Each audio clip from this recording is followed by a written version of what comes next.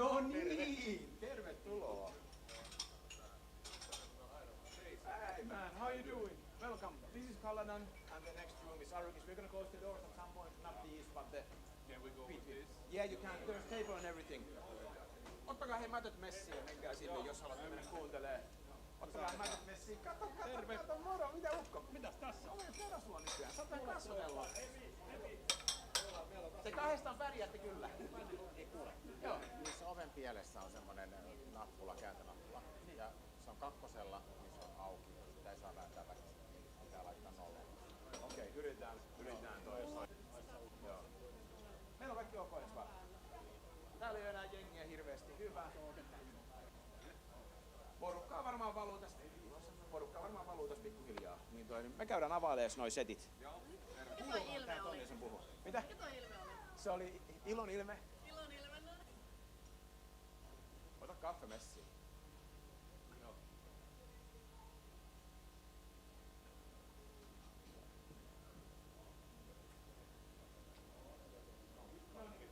Ja sitten katsotaan, jos meidän alkuliikkeeseen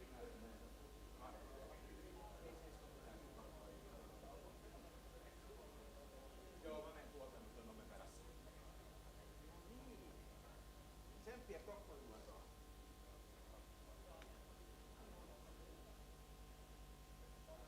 Et sä saa päättää. Suljetaan nyt. Niin, nyt on sitten varmaan saa auki. Tuutko tänne? Joo. Tervetuloa. Joo, tää on Arrakis. Hyvä.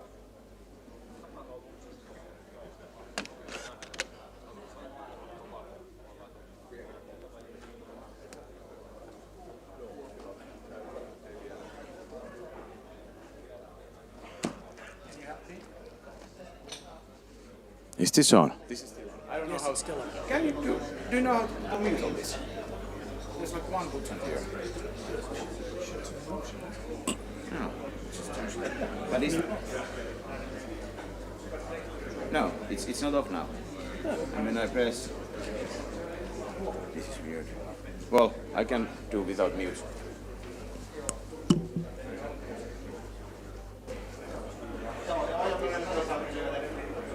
Can you see? There are steps here.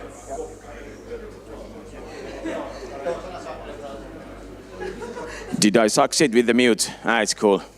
No need to succeed with the mute. All right. Can you? Oh, hey man. Italians wanna say hi at every stage. So here we have the polar bear, Roberto. Woo! Yesterday at the speaker dinner, Roberto told that he would be happy wearing the polar bear suit because he's familiar with growing polar bears. He lives in Milan. I don't think he realized how hot it is in that suit. It's like he's sweating like a Niagara. That's insane. Welcome everybody to Iglooconf 2024 Summer Edition. We thought if we should rename this conference because it's in summers nowadays. But, you know, all the brand value and all is very important, so let's just keep this as Iglooconf. This is the first time we have a two-track Iglooconf. As you've noticed from the agenda, we have this room, which is Arrakis, and half of you didn't know the room, because we didn't have any names anywhere, well organized. The other room is Kaladan, so now you know that much. Two facts. Scandic Easy Wi-Fi works, and there are some electricity outlets between the tables. You are free to bring drinks here and this kind of stuff. There's coffee available through the whole day, and all of that should be okay. If you have any questions about organizing anything, you can reach out to people with blue patches and ask a question. We'll be happy to help you solve the issue. This is organized by Finland Azure User Group. I'm Sakari. I'm one of the organizers of Iglooconf and one of the organizers of Finland Azure User Group. And if you are not part of Finland Azure User Group, just Google that and you will find us in Meetup. We have 2,500 members, so welcome to the community. We are a non-profit organization. And every year, Iglooconf has been not profitable, so I'm expecting that trend to continue. Let's see if we can make some money this time, but I kind of doubt it. Sponsors. Go for Microsoft, Elisa, Mallow, Azure, Innofactor, and Sealy. Thank you for sponsors. Let's give them a little bit of a clap.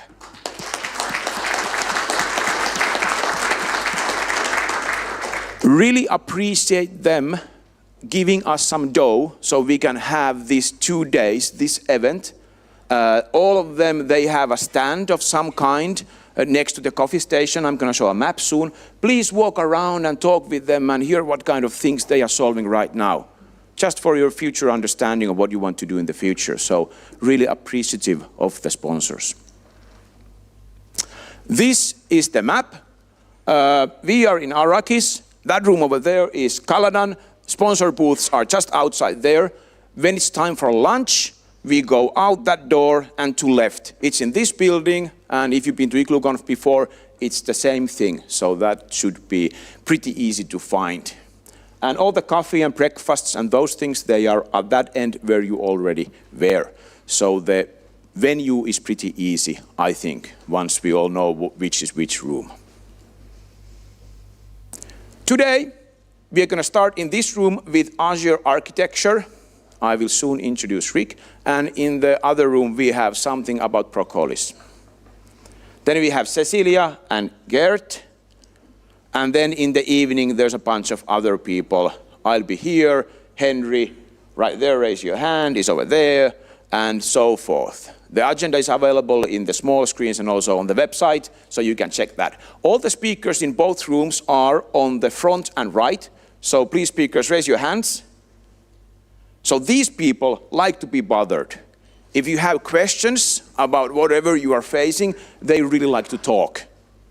So please ask them questions. How many slides do we have? Yes, today we have the after party in the center at the Azure office, Kaivokatu 8B. Please don't fall. The stage is almost ending, Roberto. Lovely. And you can get there quite easily with many different devices. So welcome to the after party as well. There's live streams on the iglooconf.fi website, so you can send a message to your colleagues who are right now working on some sweaty problem. You can send them a message to check in, tune into the stream. Hello, stream. And the stream doesn't cost anything. You must be bummed out now, you paid the tickets. I totally understand this. So, this is it, what we have. I'm very pleased. I'm very pleasant maybe too, but I'm pleased to see you all here. And without further ado, let's give a huge show of hands to Rick Hepburn! Thank you. Good morning. Thank you very much. See, you're clapping. You don't know what's coming next. The very first year I was here, Saka gave us all the Little Finnish Nightmares book. You remember that? And warned us that the Finnish audiences were quiet in sessions. Unlucky. You don't know what's coming next. So, for those of you who don't know me, my name is Rick Hepworth. I've been an Azure MVP for quite a long time now. In my day job, I herd cats. My developers, my consultants, they all work for me. And what we do at Black Marble is we help organizations, like the ones that all of you work for, be better at building software and be better at building software on the cloud. So today, we're going to do this together. For the next 50 minutes, you are all co-opted. We are now Polar Bear software. Okay, and what we are going to do is we are going to design the service architecture for an application in Azure. And all of you are going to go, oh my God, he wants us to talk. It's all right, because Glenn's here, and if nobody says anything, Glenn will shout out. There's a meaning to the madness in this session, and what I really want to get across is a couple of points. One of which is, the thing about cloud is every time I go to a customer, they're sat there and they've got their, we think this is our architecture, Rick. And it's like they've just sort of looked at the tile of Azure services and they go, well, what's new? What's cool?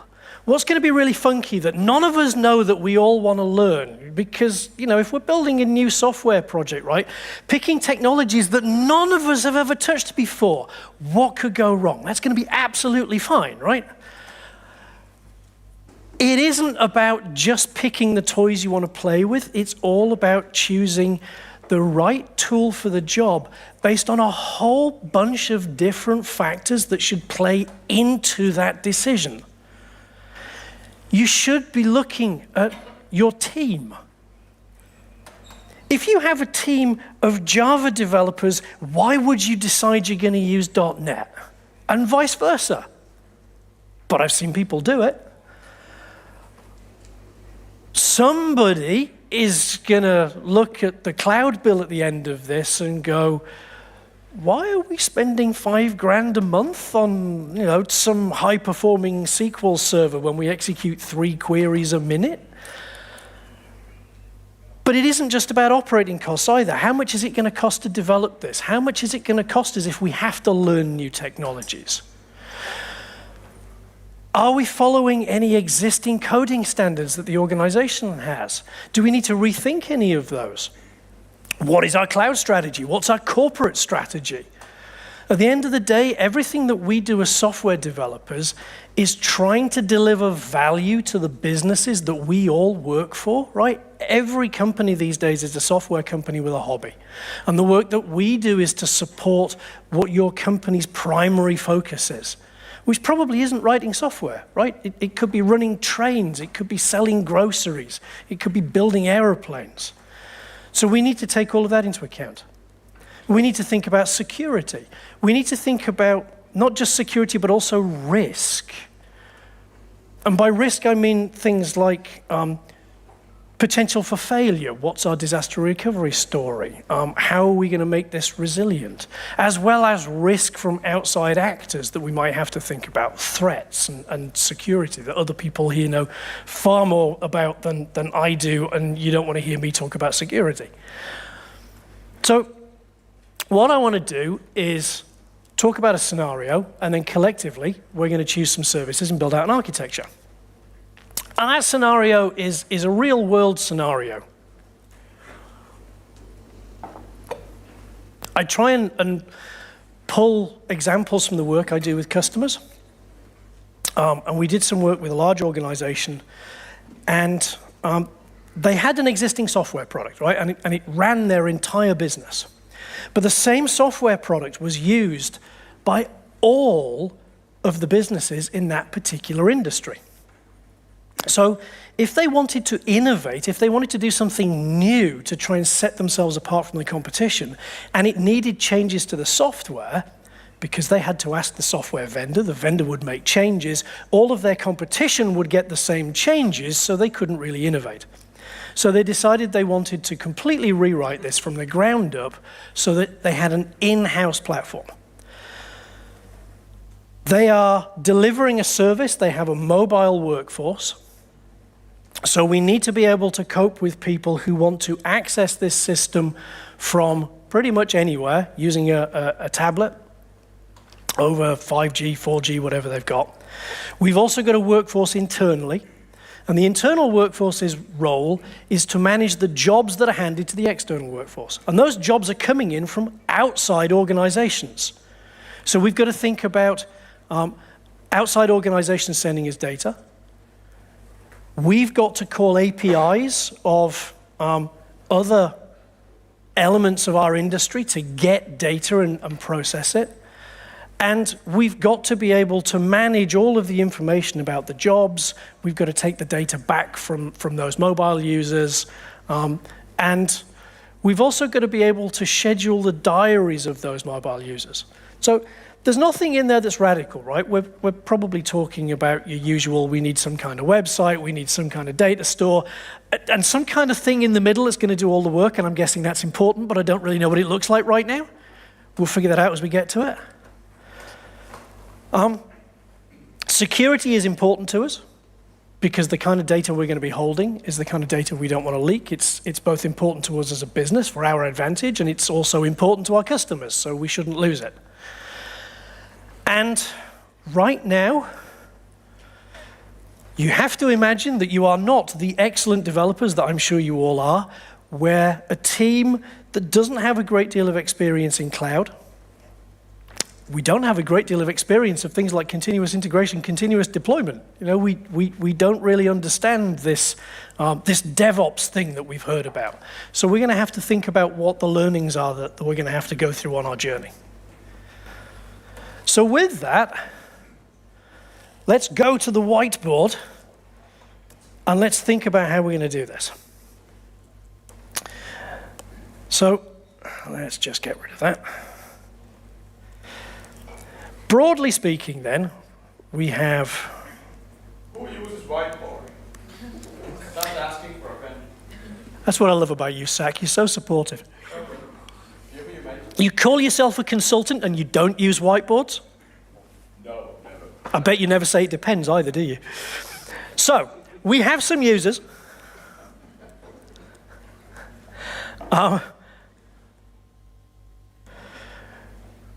We have a square, yes, thank you. My mobile phone looks different. We have our mobile users and our mobile app, website, whatever we want to do, and our Office app, website, we want to do whatever we want to do, right? Let's move that down a bit. We've got our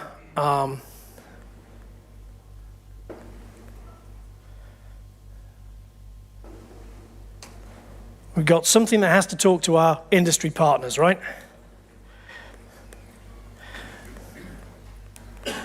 We have our main service layer.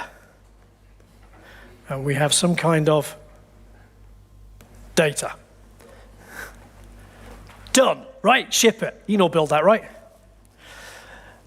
So, what we're going to do is we're going to try and work through that very, very simple block diagram, and we're going to try and enrich it, and we're going to talk about what kind of services we might want to use and why we might choose them. So, I'm going to move that out of the way. Let's start with a simple question. We need to store data. We've got data about jobs. We've got data about the things that those jobs are about. We've got data about our customers. We've got data about our commercial partners. So I need somewhere to put it. I'm hoping, since you're all at a conference which is focused largely on Microsoft Azure, that you know roughly what some of those services are.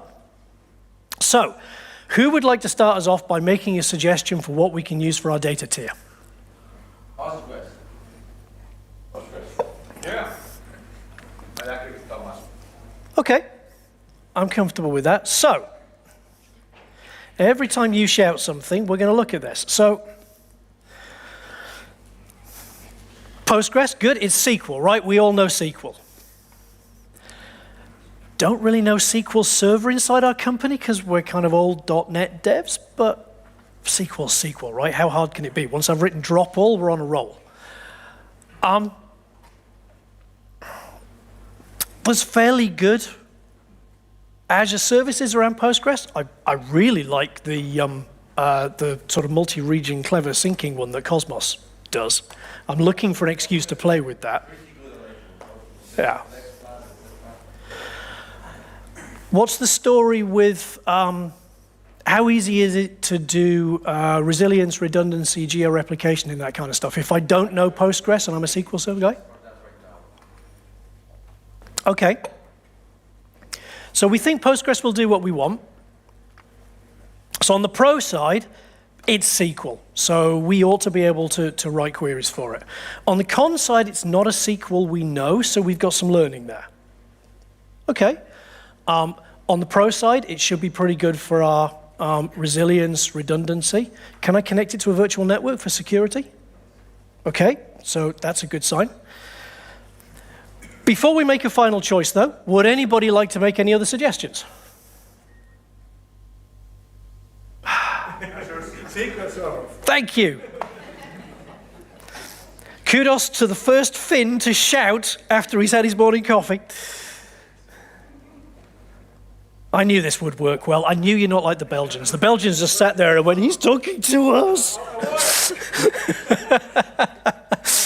will stick with Microsoft SQL Server unless there's a good reason to. So, Azure SQL. Stalwart, good old warhorse. Everybody's used it, right? And importantly, if we've built solutions on-prem with good old SQL Server, then we probably kind of know what we're doing. We can use Entity Framework, we can use all the libraries we know and love, we can probably bring all of our old knowledge, so that's good. On the pro side, yeah, we can connect this to virtual networks, we know we can secure it.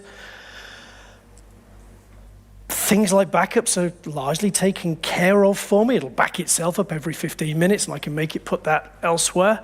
The one thing I don't like about SQL, though, is when it comes to building geo-redundant solutions, I've got to deal with that failover, right? And if it fails over at my second region, I've got to manually fail it back, and I'm going to have to look at sort of transactions and make sure I haven't lost any data and all that kind of stuff. And that's kind of hard when I'm not really used to it. I'm just used to having one SQL server, and it's on that computer there, sat right next to me. So, okay, before we make final choice then, any other suggestions for where we might store data? Cosmos. You're a good audience. People usually say table storage, and I just sort of sigh and go, oh, okay.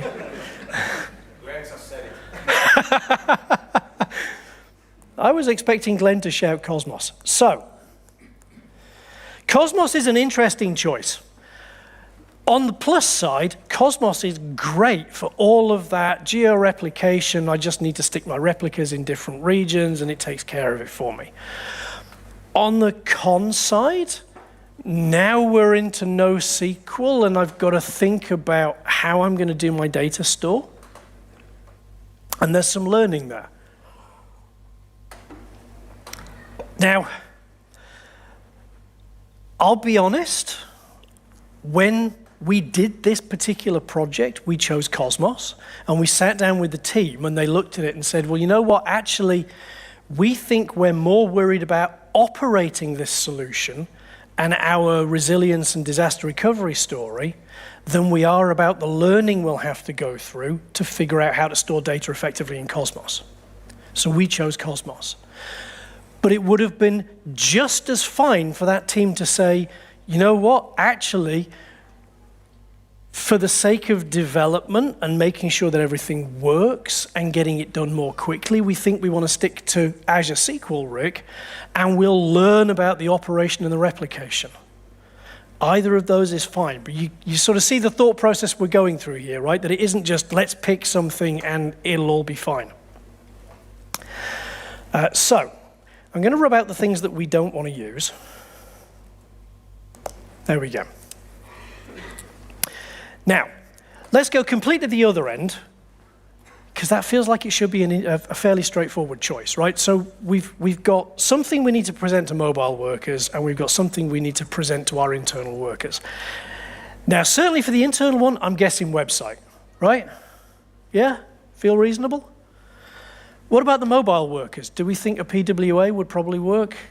They're not really doing anything clever. It's sort of form filling, that kind of stuff.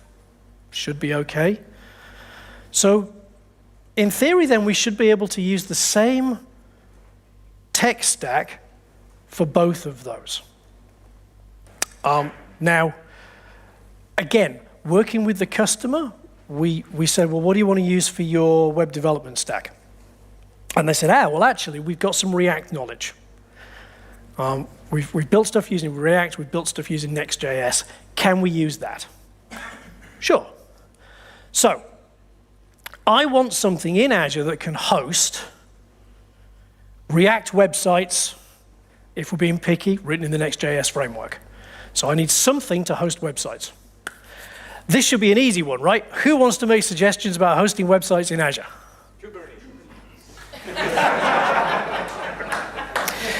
Mental note, Finns take the piss. Yes, I know we've never done cloud. We'll build a Kubernetes. Let's just get this argument out of the way first, right? Nobody has any need to beat themselves over the head with Kubernetes. I don't hate containers, by the way, but oh, please, Kubernetes. Unless you're Netflix, unless you're a huge organization, why are you looking at Kubernetes? Why do you hate yourselves? That's a big question. Tell me how you feel, Sag.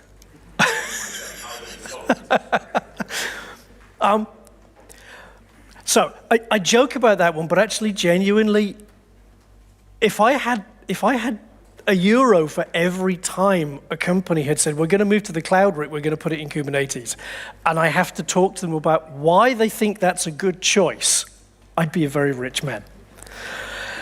So we're all agreed we're not going to use Kubernetes for hosting the website, cool though it sounded.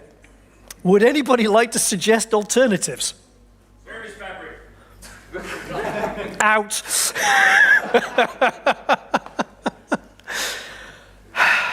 App services. Thank you, Glenn. You can always trust Glenn to be sensible. Right. So, app services. So on the plus side, app services, it's like it's been around since the dawn of time, right? We all know it, we all understand it, we know it works.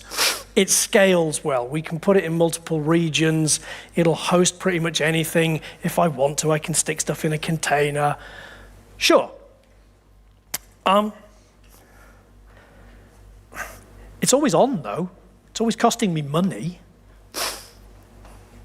I'm building this thing in Next.js. I can probably do this all as a SPA app and push a lot of stuff to the client and talk to an API.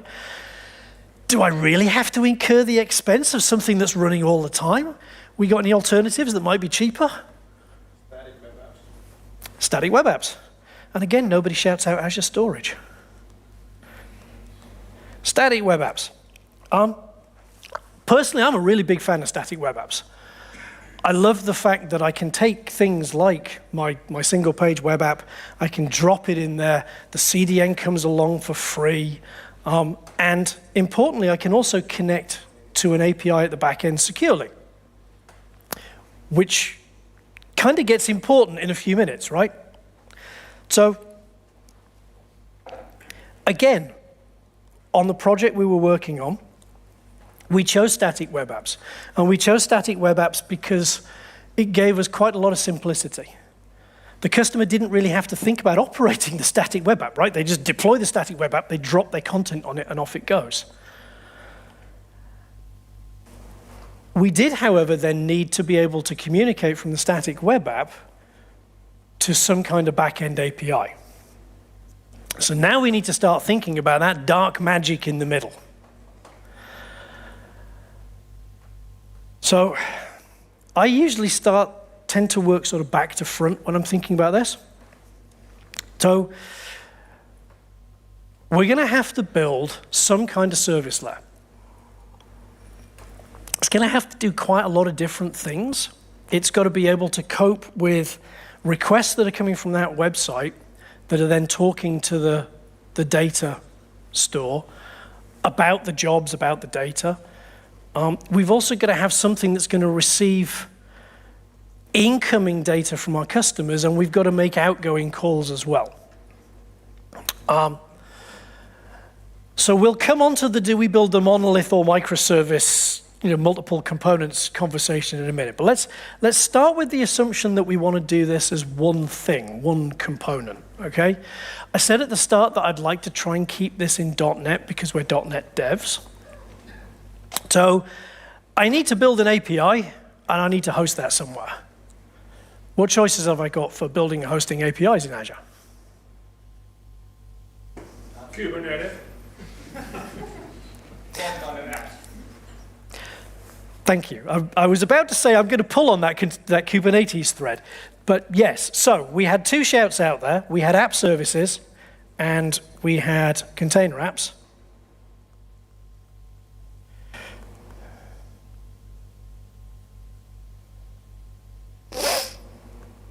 And I can't write anymore. That's clear. So, app services, again, we said we know it, we understand it, that's fine, right? We can write our either .NET framework, MVC, whatever, standard monolithic API. We could write it in .NET Core, we can host it, off we go. We could take that and drop it in a container app and have one container app that's running with our sort of single monolith. What if I want to try and break it down into component parts? What if, because this is an API, right? So for the most part, we're only doing work when we're called. So can we try and manage, again, the cost of this, that maybe we're not ticking over all the time? So container apps we can scale. I take that as a given, right? So we can scale up and down with load. Are there any other services in Azure that might allow us to do that? Functions. I am a big fan of Azure Functions, particularly with the new Flex consumption SKU, which is the functions that we always wanted. So I can connect them to a virtual network for security, but I'm still only paying for when they're running. Okay, so let's have a bit of a think about this one as well. So on the pro side, app services, straightforward, simple. And from a development point of view, if we build a monolith, that's going to be straightforward and simple as well from an architectural standpoint, right? Container apps introduces a bunch of new things to the organization. First of all, we've never seen containers, so that's going to get entertaining. Secondly, whilst we don't have to worry about the craziness of Kubernetes, we do still have to think about how we're going to make these containers scale. We've got to deal with some of that abstraction that we don't just get a simple host name, right, for the website like we do with app services. Functions feels like a nice middle ground to that, in that I can write my .NET code, I can deploy it inside a function using things like web deploy, or even just put it in a zip, run from zip, right? That's really straightforward. But I get the benefit of I only pay for it when it executes. I get nice scalability. I'm going to come back to APIs in a bit, but for now, so we chose functions because that was a nice sweet spot. The development team could stick to the technologies and languages that they already knew, which meant that they could work more quickly and they could work more confidently. But the customer got the benefit, the customer got the benefit of the dynamic billing. We could still connect everything into a virtual network. So as a whole, this thing was going to be more cost-effective to run and should still scale as the business grows, because remember we said we wanted to drive innovation. Now the only thing is, it's not one function at that point, right? It's several functions, and they've all got their own host name. Now, static web apps, as you probably know, has a function. Comes along for free if I choose to use it, but that's just one function, and that's not really going to work. I can bring my own function, but again, that feels a little bit inelegant. So I need to be able to take a whole bunch of functions with effectively random host names, and I need to collect them together and compose them into one structured API so that I can present that out to the static web app and to my external customers. So does anybody know of a service in Azure that lets me do that? Go on, Glenn. You're dying to. Don't say Kubernetes, I'll hurt you. Anybody? Kong server. What server? Kong. It's not Azure, but it's a cabinet. Oh, Kong. Yes, sorry, yes, Kong. Yes. Good answer, right area. So imagine if we're only allowed to pick Azure services and you say Kong server. What's a nice equivalent in Azure of Kong server? API management. Thank you, API management. I feel like I'm being hazed. So, APIM, it rocks, right? And I say that not just because Tom Kirkhope is here.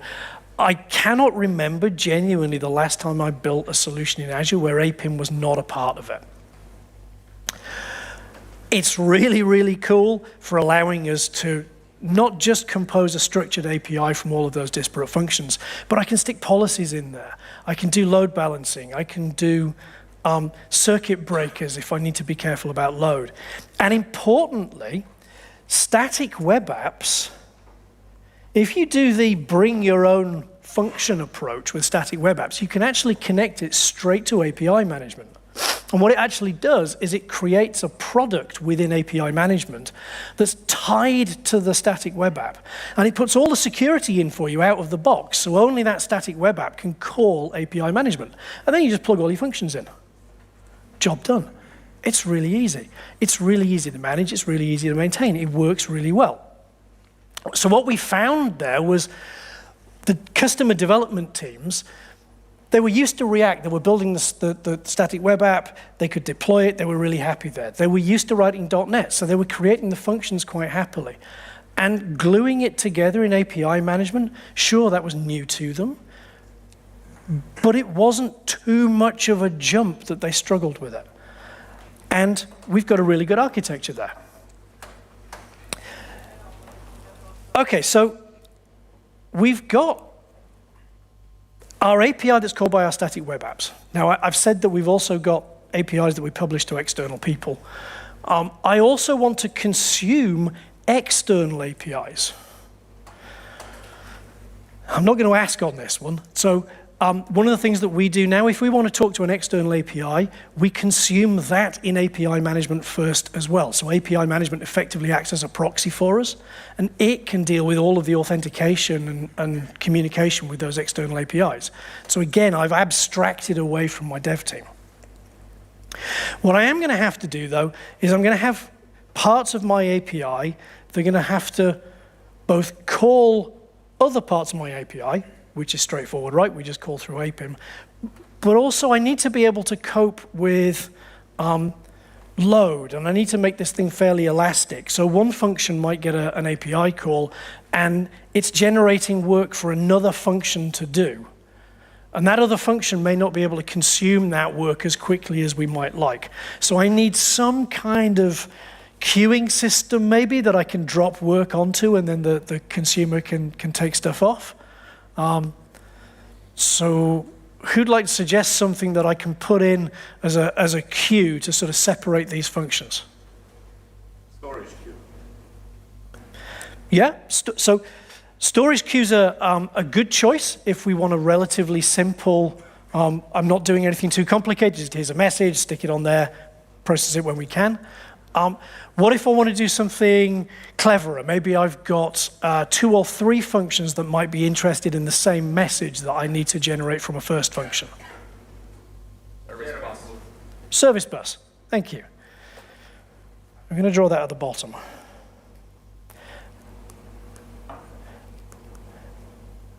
Again, I don't know about you, but very few systems that I build these days don't have service bus in there somewhere. It's great for giving us elasticity, and it's great for giving us some fault tolerance as well, in that if my consuming function has failed for some reason, the messages just build up. And then when I fix it, it's just going to burn down through those messages. How am I doing for time? 10 minutes. Jolly good. Easy peasy. Now, I also said that in addition to us calling out to external organizations, they're going to have to call us. So let's imagine, for the sake of argument, that we are now in the great and wondrous world of electronic data interchange, right? Where we start shipping bits of XML backwards and forwards, or if we're lucky, some JSON payloads. And we need to be able to receive data from a customer. I think we're in a good position that we can say, no, you have to actually call us rather than FTP, because please God, no FTP. But I might have to do some data transformation. I might have to put some business rules in there before maybe I then start calling my API. So I need some kind of service that's going to make it easy for me to build those transformations and orchestrations. Anybody got any suggestions for that one? Logic apps. Thank you, logic apps.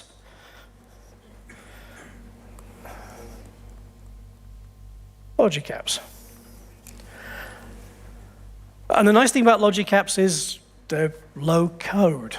So anybody can do them, right? We can get the project manager to do it, it'll be fine. No, really. What we should do, though, is we hide the logic apps behind our API management, and we present those out to our customers as a structured API.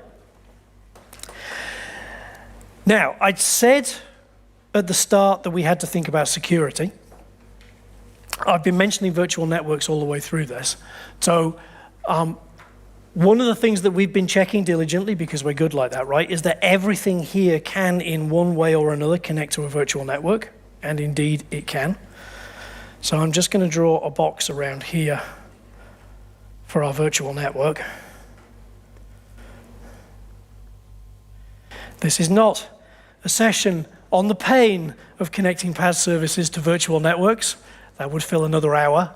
Just take it as a given that it works. I do, however, have something missing. Can anybody tell me what we don't have on this diagram? Thank you. We have no idea what's going on.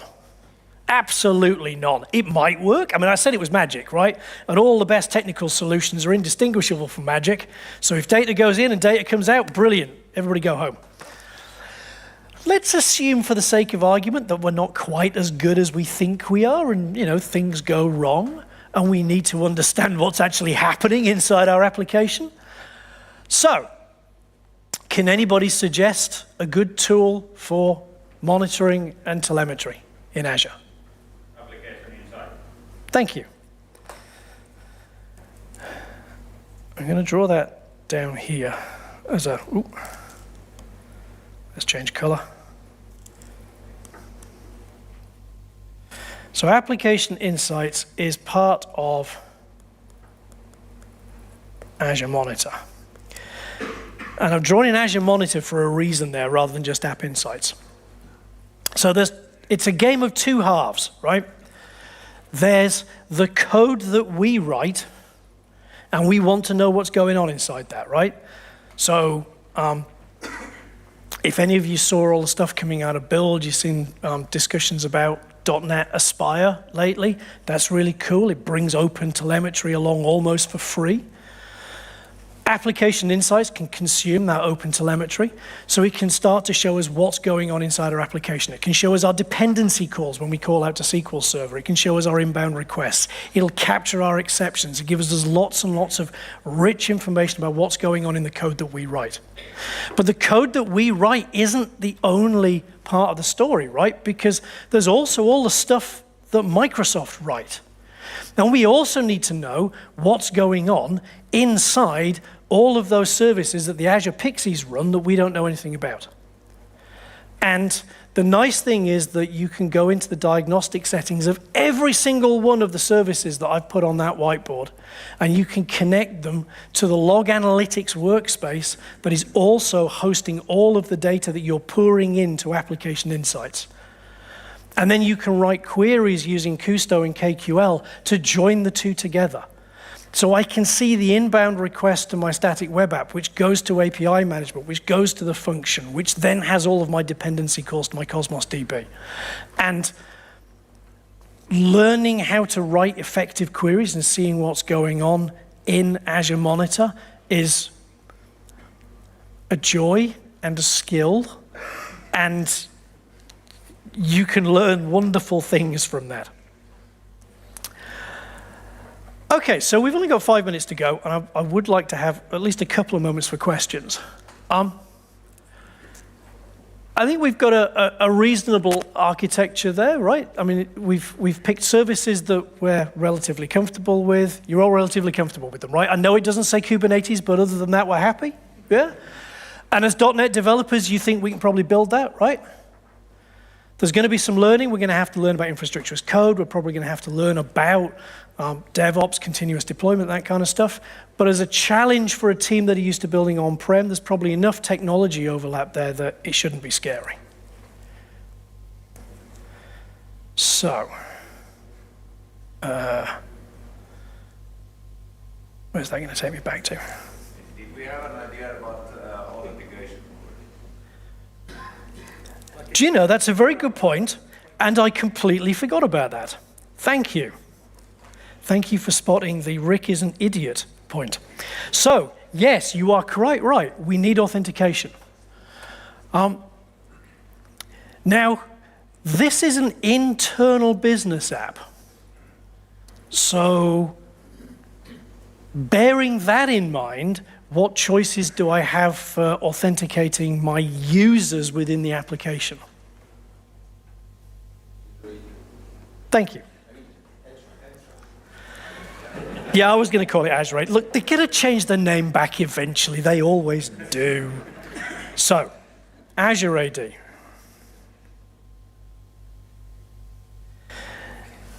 Because it's a business app, this is actually relatively simple because most of the organizations, certainly I work with, tend to have one Entra ID, Azure AD organization, right?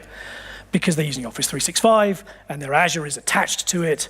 So if you've got a user for your email, we can use that user and we can authenticate. And we'll need to write some code in the static web app. There are libraries for React to talk to Azure AD to get a token. And then we can choose whether we pass that token all the way through our systems. There is a second part to authentication, though, which is service-to-service authentication. Because we're going to do that, right? We're not just going to start calling services willy-nilly and have them respond, because that would be bad. And the good news is that we can use exactly the same Azure AD. We can use managed identity within all of those services to connect between all of the other services. Let's just imagine for a moment, though, that this was a customer-facing app. In the Microsoft world, that would be Azure AD B2C, or its new successor, Entra ID for external identities. Yeah. I'll be honest, I haven't played with the latter yet because I keep being warned off by my friends. So we still use Azure AD B2C. At that point, we would split our authentication, right? So our services would use the Azure AD of our main tenant, and our users would use Azure AD B2C. And again, that's really easy to plug together. Okay, I'm running out of time for questions, but that's fine. So, what I wanted to get across in this session is, look, architecture is a team sport, right? I know we had a laugh. I know everybody got to pick on me, but the important thing is everybody joined in and you all voiced your opinions. As far as I'm concerned, that's how you should do this in your own team. Architecture is not for some guy in a suit, in his ivory tower, to come to you with a picture and go, I have spoken, and this is how it shall be. And you all go, but we can't build that. It's got to be a conversation. It's got to be a conversation, and you've got to take lots of things into account when you have that conversation. It's not just about what is the service and what does it do.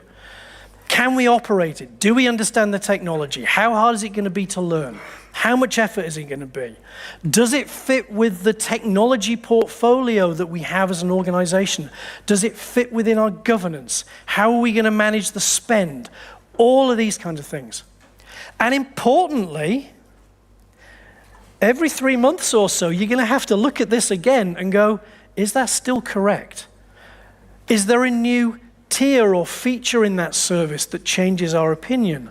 Has that service been deprecated and we've got to take it out within a couple of years? You know, cloud is for life, not just for Christmas. If you adopt cloud, well done, you've bought yourself a puppy. And you've got to love it and hug it and feed it and keep it up to date. So it's not like the old days where we would design our architecture and it would sit there on Server 2012 for like 9 years until we had to update, and then we'd do it crying, kicking and screaming. You can't stand still with cloud. And with that, bang on time. That's scary, isn't it? I would like to say thank you very much. Everybody should give Glenn hugs today because he's lovely, really. I hope you had a good time. I hope you learned something. Thank you.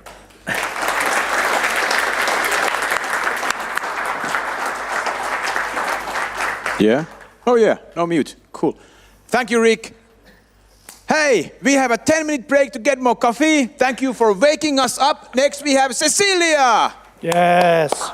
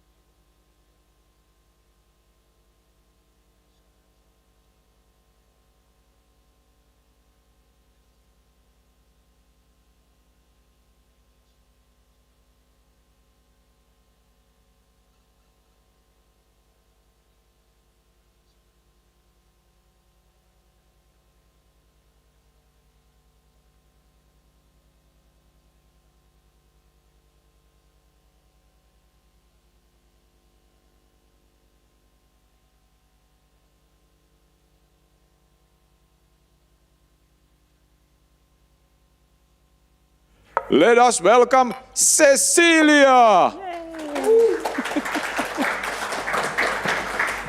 Thank you, thank you. So, I have traveled a far long distance from Sweden. And today is actually our natural holiday, or natural day. So I need to celebrate it. So I'm not supposed to work today. I'm Cecilia, and I'm called Cecilia Sharp on all the social media.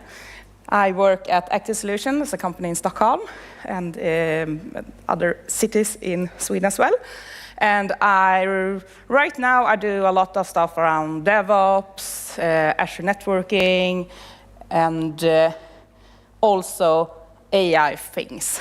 I do a lot of workshops, training, learning how to use AI, learn to implement AI, etc. And one of the things I do is GitHub Copilot workshops or the training, etc., whatever what you call it, like half day or full day to really get into using GitHub Copilot. But I would like to start to back up a little bit back in the days when I started coding, like more than 20 years ago. And at that time, this was what we were using when we needed knowledge about what we were coding. So this is a book, and you kind of swipe in real life too. Yeah. So if you were a C programmer, this was pretty much everything you wanted to know. Everything could be fit inside of a book. It didn't change so much, so you didn't have to like buy a book every month. It was an easier time. But around that time, it also started to grow the community, the internet. So things started to pop up like forums, blogs, etc. And at the beginning it was easy. It was like MSDN, and then we had like a local thing in Sweden where we got to, and like a couple of places where you went and asked questions and get help. But then it grew, and it's so many pages where you could find information that's really hard to grasp and find things. So then we had to learn a new skill. And today we call it Googling. So we needed to learn how to browse, to find things on the internet by searching. And that's a skill that we still are refining. You know, when you're trying to find something and your colleague finds something, and you're like, what did you type in the search bar? How did you find it? So we're still doing that. We're pretty good at doing Googling. But now we are entering a new era where we're not finding our knowledge in books or through search engines. We are doing it with, we are going to start to do it with AI coding assistant. And in this session, I'm going to talk about GitHub Copilot, but there's a similar thing for the other services as well. So GitHub Copilot is basically built on top of ChatGPT. So it's a large language model. So it's going to kind of guess the text or the code in this case. It do have a little bit more function behind the scenes than just ChatGPT-4. So it's a little bit better than just using ChatGPT-4. It's are trained on code from internet. And that can mean that it's not always the best code you're getting because it's biased towards the large amount of way of doing things, maybe the old way of doing things. And yeah, I do have a lot of code out there on the internet that I'm not proud of, and I guess you do too, but it's trained on that as well. So we have to keep that in mind, and the most important part of having a good experience is to make sure the GitHub Copilot have the right context. So if you're not giving it any kind of context and say, hey, write me a login page, it's going to be whatever. You need to specify what technology you have and where you are, or how you want it to be. Some context is going to be able to pick up itself from the IDE, depending on what files you open. Other things you need to specify. And when you get a really strange answer, that probably means that you need to give it more context to be able to do its things right. And that's pretty true for every kind of LLM that you're talking to. You need to give it a context. Yeah, and the important thing here is it's creating things, it's not copying things. So you can't like, oh, where did it copy that from? So it's not going to Stack Overflow and copy things. It's just creating things from everything it's learned. We can use the Copilot inside of our IDs. So it's supporting VS Code and Visual Studio for .NET developers.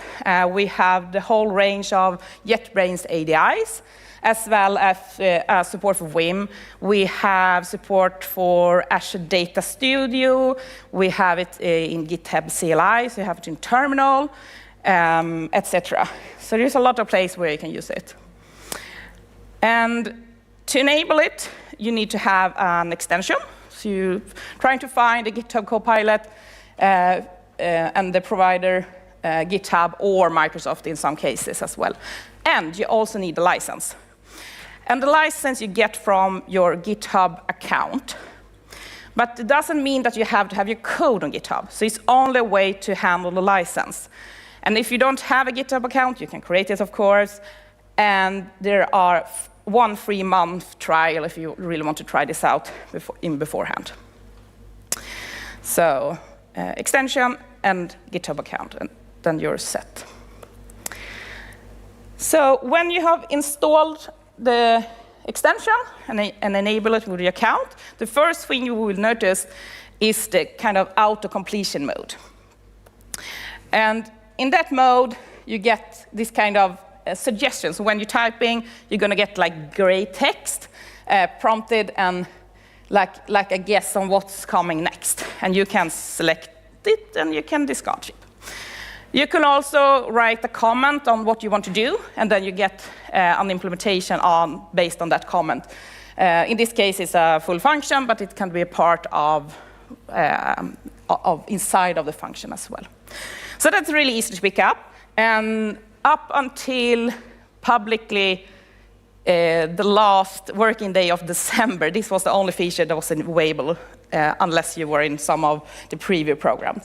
But then they announced the chat functionality, and that's when it really become useful. And without chat, my session would be done now. So I'm not going to talk about every single function or option you can do inside of it, because there are a lot of other sessions like that. You are going to discover a lot of things when you're working. Copilot itself will like, hey, do you know you can do this and that? I'm going to start to talk about a little bit of different kinds of things you can do. But basically, you can use it for everything when you code. And then we're going to do a really fun exercise, and I'm going to do a demo for you. So one of the areas where we can do stuff is learning, I said. So you could have some complicated code. It doesn't need to be complicated, but it's written in a complicated way. And it's really hard to understand, and you scratch your head and read and trying to figure out how does it work, what does it do. Maybe it's bad naming on the function name and the variables, etc. So you can get Copilot to explain the code for you, and you can do a conversation and ask about, okay, you state this and this and this. Is this also true in this state, in this function, etc. You could get help to do completely new things. Maybe you're using a new framework or something that you haven't seen or used before. Then you can let Copilot help you with that as well. You could, maybe we're doing something that you have done before, but not from the beginning, or not in this context.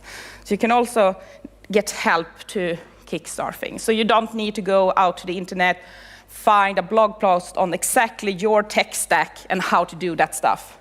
You can just ask Copilot.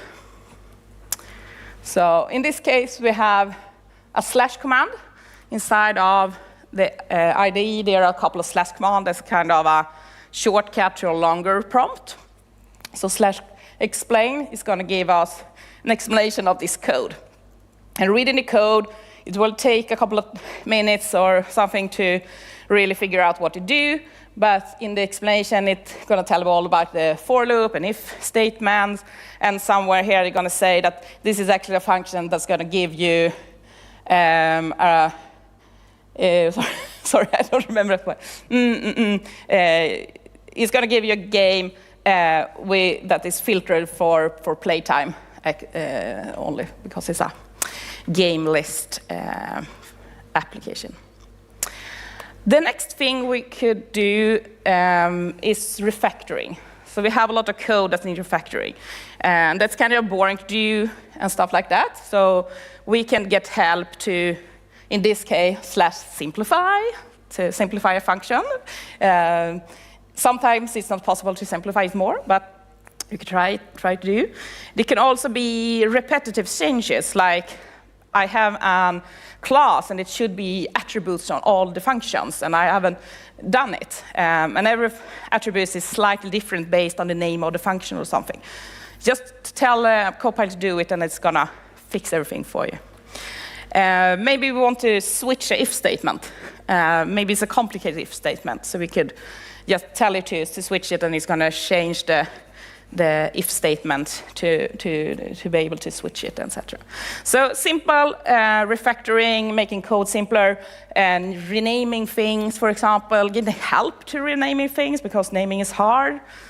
All those kind of things in a category as well. So from this big annoying function, we could do something like that instead, and it's really more simple and readable as well. And then we have the boring stuff, the boilerplating. All those stuff that you write over and over again, the same kind of code for every single project. It doesn't add any value to like the business problem at all. You can get all the kind of help to do that. That's really, really simple code to write, to just mapping stuff or writing proxies or single classes or classes for that matter or whatever. Boilerplating is a really good area to do it. Next up, test. This is my favorite area to do it on. So Copilot have the possibility to generate tests for you. You could write /test. It's a simple / command. You can add something more, and you usually want to. It's going to do a generic testing here. It's going to be a good start if you don't have a test at all. But usually you want to have a test that tests something special, and then you describe it together with the test /test command as well. So with that, we're going to get a suggestion on testing. We're going to get it in a new file because that's how you do it, and etc. But, and this you may have seen before, but what I really like to do is actually turn it around and to do like the TDD. So I could start by writing my test. Of course, I'm going to use Copilot for it, so getting help with the boilerplating, the setting up. I'm going to tell it to, I need to test this, and it's going to set everything up for me. And then I try to run the test. Of course, it's going to fail. And then I tell Copilot to implement, so this function works inside of my code instead. So that's a really neat way of switching things up. And the last thing, fixing errors. So this is a screenshot from the terminal for a runtime exception. So we could take, either we can take it right here inside of the IDE. You see these little stars up there? There's a shortcut thingy inside of which is the code only, I think. But it's simply telling Copilot to take the error message here together with the context of the file that you're open and trying to figure out what's wrong. You could also paste it in from, if you said you get it in the browser or something, you can copy-paste it inside of the chat and get help. You can get help with compiling errors if you don't understand what's wrong with them, or if you do understand, but it's like, oh, I forgot about that. It's easy fix. Tell Copilot to do it because it's too easy to do yourself. So in this case, we get an explanation why it's wrong and how to fix the error inside of the code.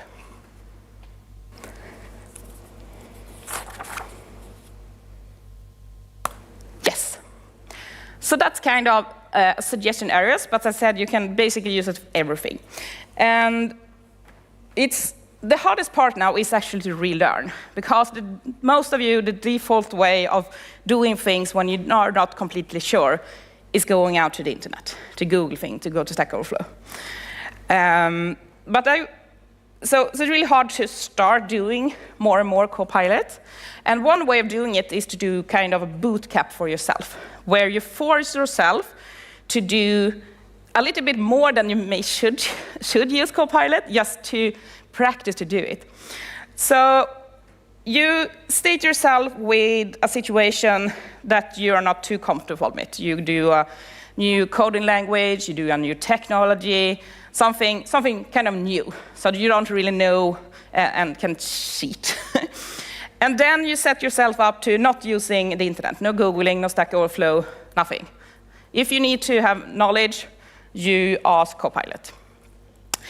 The only way you need to go to the internet if you need to kind of download something, maybe you need runtime for the new language or something, but you only do that when Copilot have told you to do that. And then to just do it a little bit further, try not to code yourself.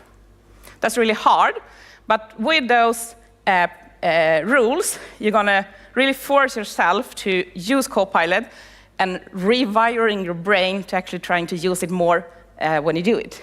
I would say it takes a couple of exercises, maybe 2, 3, 4, before you start seeing some changes. But it's a really fun way of relearning stuff. And that's kind of what we're going to do now, actually.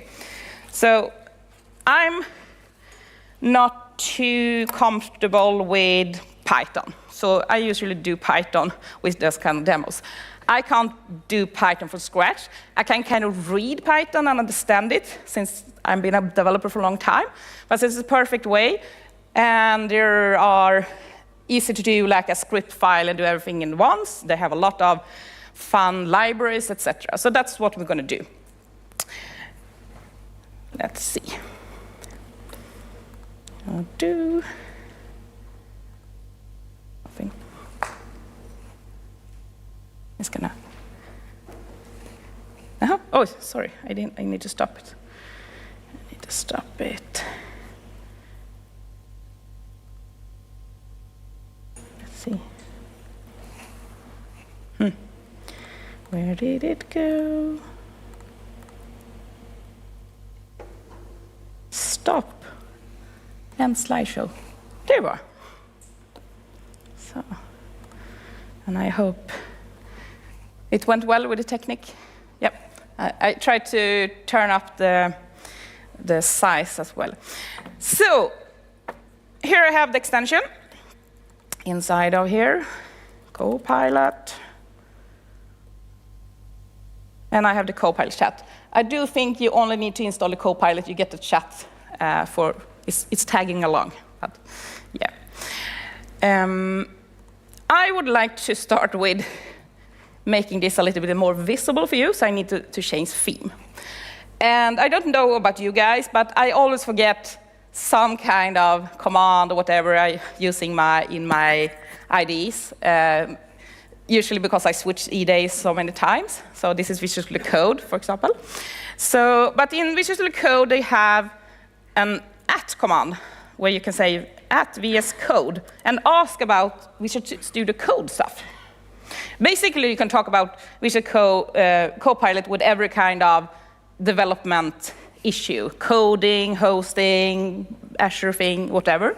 But in this code, we are narrowed down to knowledge about Visual Studio Code. So I'm going to ask it how to change my theme. I like to change theme, color theme. I'm going to go bright so we can see everything. So it's telling me that I can open the command palette and actually get a button here. So I don't have to learn the shortcut. I can ask for a shortcut as well if I want to learn, but let's do that. and then we have color theme, and do solarized light. It's easier to see, right? So, if I had never done Python before, I can start to talk about what I need on my computer. I want to do a Python app program, what do I need to download, how do I run it, etc. But I've done that before, so I'm going to start to say, I like to create a game in Python. It's a really good way. Of course, that's kind of the prompt you don't do. You specify more, but this is a good start. So see. So it's giving me some explanation on what it's going to do. It's going to create some kind of random number game. I get a bit of code and a suggestion to run it inside the terminal. So this is a code block. I can copy paste from it, but I also get these handy shortcuts. So I can select copy everything. I can select insert a cursor. So if I have a coding window open and something, so it's going to be like a copy V thing over that. I can also put it in the terminal. So if I get asked about things that I'm going to do in the terminal, I can insert terminal. It's going to put it in the terminal right away. But in this case, I want to have it in a new file. There. I need to save it. So game, and it's putting my the file extension for me. There. So, but now, how do I run it? So, how do I run it?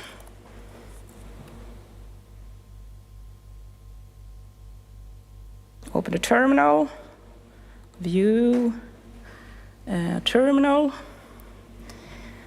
and then type, we are in the right path, so Python game PI. So guess a number between 1 and 100. Oh my God. 50, too high. 30, too high. Okay, 20, too high. 1, too low. 7, too low. Damn it, too low. 8, too high. 17, 16, 8, too low, sorry. 18, yay. Okay, so it's working. I know everything is up and running. That could be a really good starting point when doing something new, to make sure that everything is setting up, that you know how to run it, and that you have the runtime, etc. So now skip everything here, and I want to do something with create a game with an image that I can move with my keyboard.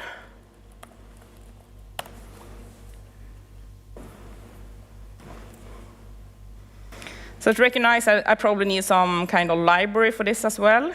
To handle the graphics. So import Python game, this game. And if I don't want to learn more about Python, I could ask about this import thingy and, hey Cobalt, can you tell me what this is and how it works and what's it's about, and etc. Yeah. So now I'm gonna, since I have the file, I'm just gonna use insert a cursor. I get it there and save it, and then we're trying to run it. And it's going to crash. And I see that there's something around the path of the file image. Of course, I need to change it. But now I can test it out. So, it's really hard. But down here, behind everything, these are kind of stars I can push. But I can also copy it to the chat window as well. So let's see what is going to explain about this.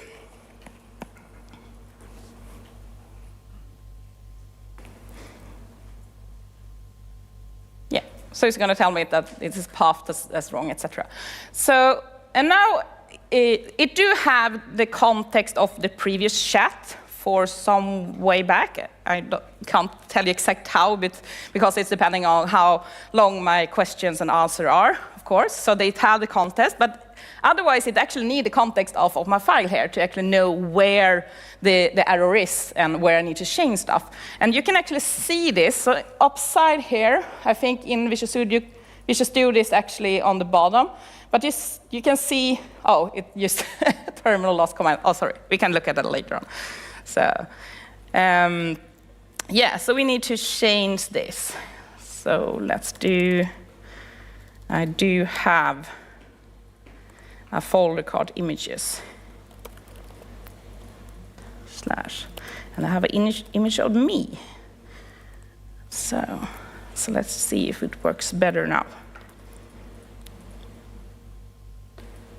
Oh, Lou, nothing. There's nothing here. Okay, so let's see. The image was not visible. No. So you don't have to write exactly spelling right, because it's going to guess what you're trying to say. The only thing is when you're mistyping and you get another word, and the other word is actually changing on what the meaning of the thing is. So, yeah, the path shouldn't be, yeah, I've done that and that. Let's see, if it's, can it be something like this? Is it, oh, images load, X and Y. So we can try again. I maybe need to, oh, sorry. Oh, there it is. Okay, it was really big. Yay! So I need to modify a little bit. And this is how I'm going to do it. So I'm going to be doing it in steps and steps. Of course, I can't try to write the whole game exactly definition, but it's usually better to take it step by step, as you would have done approaching this problem. So we have some issues with the image size. So I'm guessing here we're loading the image, so we need to do something around here. Where we could select a couple of rows to indicate that this is the context we want to talk about. But we could also do an inline chat. So depending on what we are doing and where we like to have the answer, if we're talking about the code, we want to have it in the chat. If it's a bigger change, maybe we'll have the chat. But we're going to try out inline chatting. So we have this feature called, no?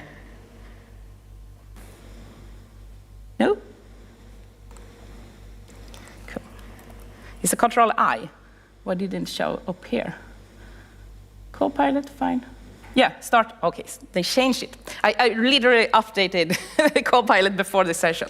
So it could be hard because the shortcut is not the same in the different EDI, so that's why I wanted to show right-click way. But Control-I is the one that you may want to use inside of code. So I'm going to say image is too big. Can we make it 10 times smaller? Or something. So let's see what it's going to say. So keeping the first thing. So now we got like this kind of diffing tool. We actually have, if we had a larger screen, it's going to be two-sided. But we can see in a light green is the old thing, and the dark green is the thing that's going to change. So it's going to do a transform, taking the width and the height, and scale it down to 10. Yeah, so we can try that. But if I don't like it, I could reprompt here and say, explain it a little bit more. I can just discard it, or I can also just try again. Because even though I'm saying the same thing, I'm not going to get the same suggestions. It's going to change. That's how the LLM is working. So this is a really hard session, demo to prepare, because you never know what's going to happen. So let's see. Yeah. Oh, shit. OK, so almost.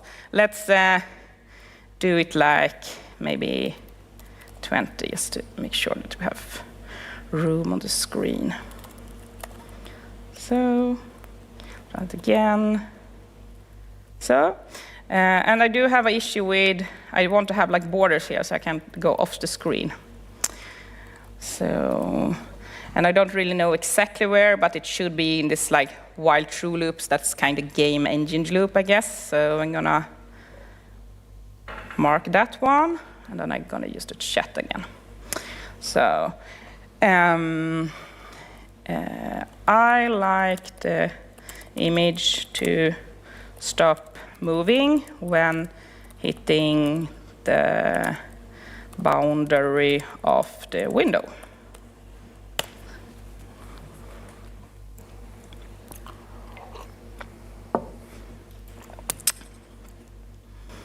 Get the size, get the screen.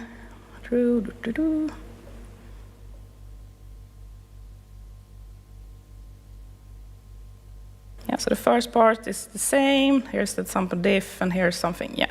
So let's just put that over that. Let's see if we got it.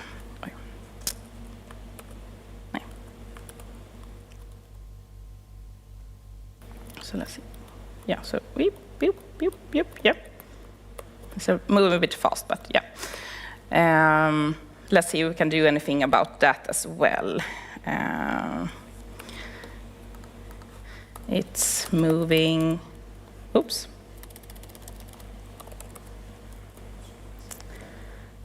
Moving kind of fast. Can we lower the speed by 5, maybe? So the hardest part is not to use like, can you change this slightly, a little bit smaller, a little bit bigger, a little bit faster, because like what is smaller, what is bigger? Try to put a number on it, or like something that you can touch. Let's see, what did it suggest now? I don't see any changes. Let's see. While true. And by the image with height.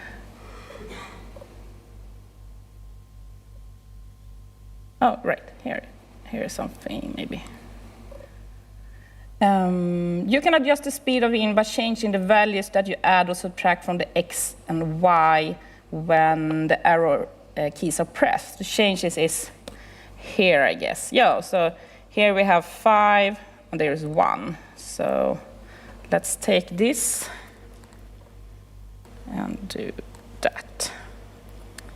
And then we are on the wrong track. So here. Let's try it again. So now it feels like, yeah. So now I'm strolling around here. I need something more. I need something that can chase me, I guess. This is a game, right? So we need to have, so let's do something like, yeah, I can do it without. So add one more image. Let that move randomly. And I may need to specify that it has borders and the size, etc. But this have the context of my last image, like what size I wanted that one and the limit and stuff like that. So hopefully it's going to pick that up. We will see. And since this is not too large of coding, sometimes it will just take the whole file doing it. And that's when it's more important to actually select a piece of your code and display that one. It actually didn't take everything. It take everything from import random and not game. So in this case, it could be like, oh, where should I put stuff? Maybe get just a code snippet. I can ask Copilot about where should I put it? Should I put in the game definition, or should I put it outside or beginning, whatever. But in this case, it's going to be definition of game down to here. So we're doing that. Hopefully it will work. No, it will not work. I didn't change the image. Where other hair, and we're gonna have a polar bear there. So let's see what's happening now. Whoa, it's so small. But it's there, and it's moving. So let's see. I'm guessing that image is smaller from the start. Now I'm changing myself, but it's just to be a little bit quicker now. So let's move that scaling part. Initial position for a second. Okay. It's not moving too fast, right? So I just specify move randomly. I guess like left, right, up, down. So maybe we should tell it to move in like a direction instead. So let's figure out where that is happening. There, making sure stay on the scale. So here is something random, and we have maximize, and there. So this seems like the part where we actually is deciding where it should go.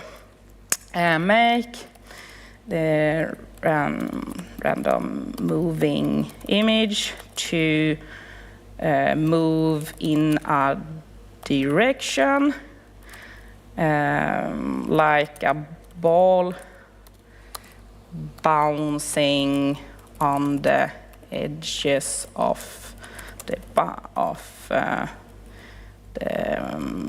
window, maybe. Let's see if you get something more. So you usually see this kind of explanation first, but that's actually how the LMM works. So it's stating what to do, and from what to do, it can create the code, basically. So you're going to see that over again. So, but if I had done it in this one, was something I actually could have done like inline chat instead, because I don't want to have the explanation, maybe. So it seems that you should have something up here. Okay, we take that. Oh, wrong there. Why does it bet? Okay, it's not in use, that's why. And then we update that with those. Okay. So this part, and it's okay. So now I'm not completely sure where to put it. So let's do something like this. Where to put the update position part.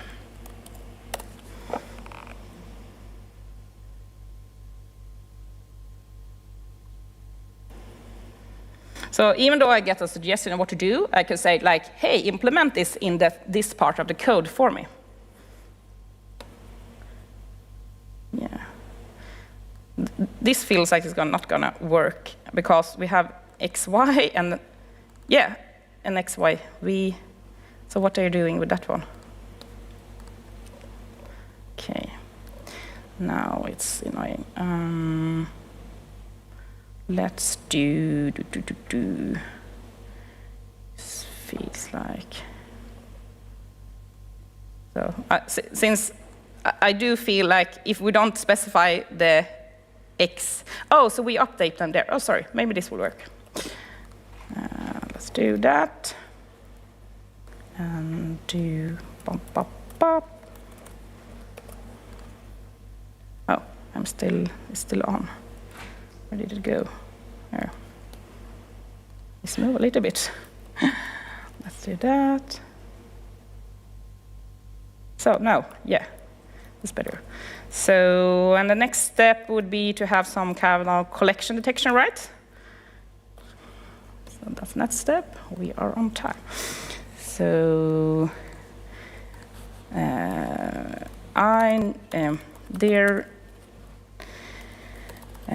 if the images collide, yeah, write an ouch message on top of the window. Let's see.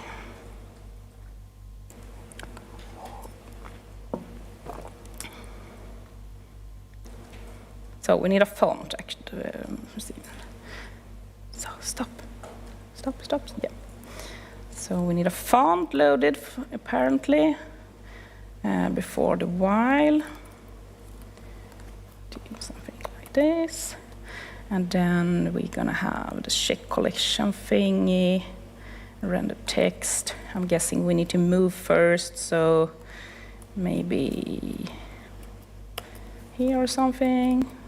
It's not 100% correct. Do that. We need to do that. Yeah, something like that. So let's see. Let's see. No, it's not working. Okay, so let's see where it went wrong.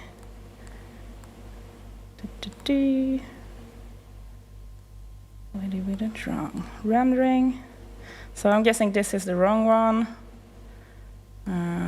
So they're getting the placement and the height of white of the first one, and then the other one. And why is that not? This is something fishy here. No, that doesn't work.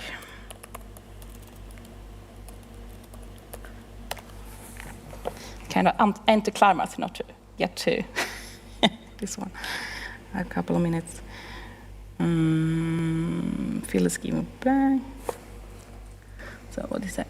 It's apologizing for the confusion. Black. Oh, so okay. So the text is black. That's why it's not happening.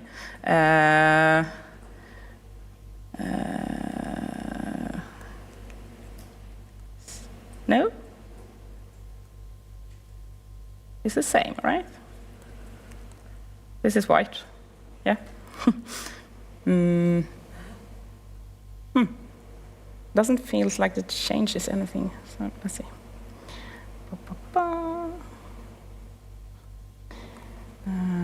Detection be the same.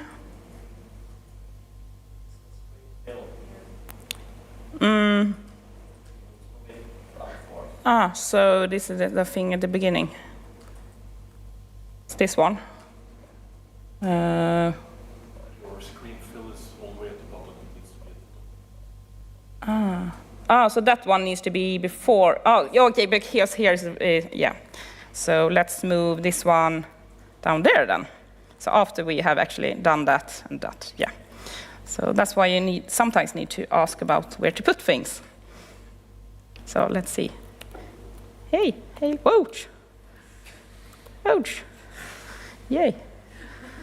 So, and the last thing, I don't know if I have sound from my computer. Do I have sound? Let's just try that a little bit fast to see. Otherwise, it will be boring to add sound. So just try to see if we have sound.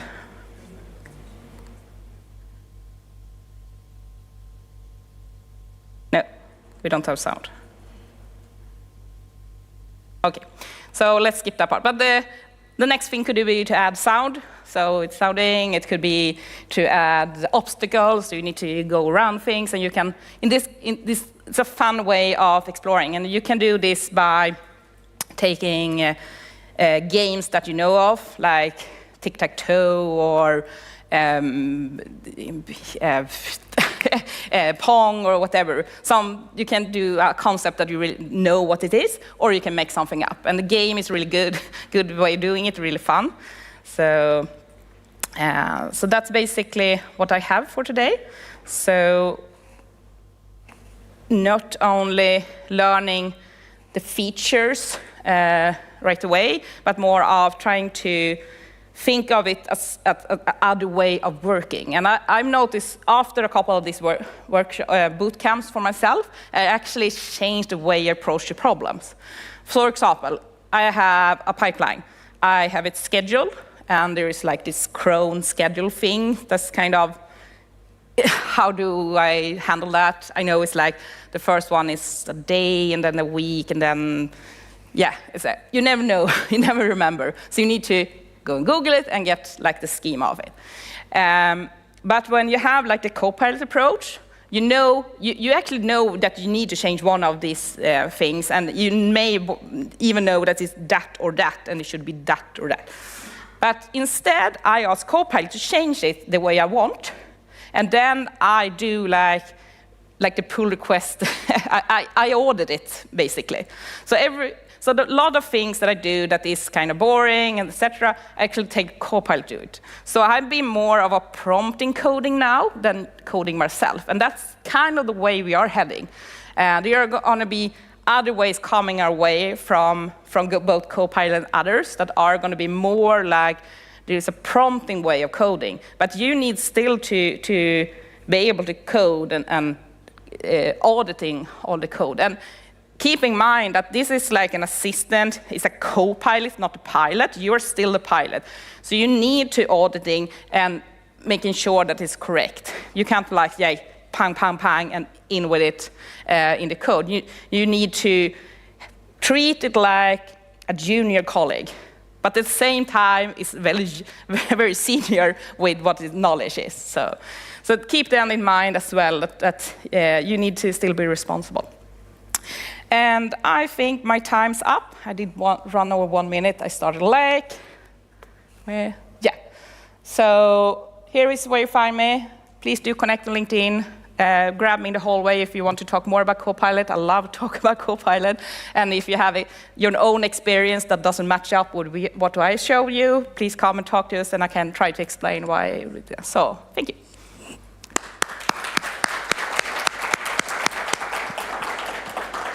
So we have lunch in 9 minutes. There's space for a question. If anyone has a question on GitHub Copilot, I'm sure Cecilia wouldn't mind answering. How many of you have used GitHub Copilot? Hands up. Cool. Quite many. Are you happy with it? Who's happy with GitHub Copilot? Who's unhappy with GitHub Copilot? Who's not sure if they like GitHub Copilot? There's one person there. There's a few persons there. The most thing I hear about people not liking Copilot is the auto-completion mode. They like, oh, it's annoying. I want to have my regular suggestion from my tool. And that part you can actually turn off. So if you really like only to do the chat, so I decide when I get help, you can turn that off in the setting. And I do understand that, because before Copilot, the suggestion you got was valid. It was function that actually exists. It was code actually running. With Copilot, you can get stuff that aren't really valid, because it's gonna, it seems like you're trying to merge like the first name and last name. It's gonna suggest something like that. But in your code, maybe you have named your field in a different way or something. If it picks up the context because you have the file open or something, it's going to do it correctly, but otherwise not. So I understand the frustration of Copilot not being right all the time, because you are used to the tool giving you the correct thing. So it's not a compiler, it's going to guess things, but it's going to guess things in a similar way that you do, basically. Yeah.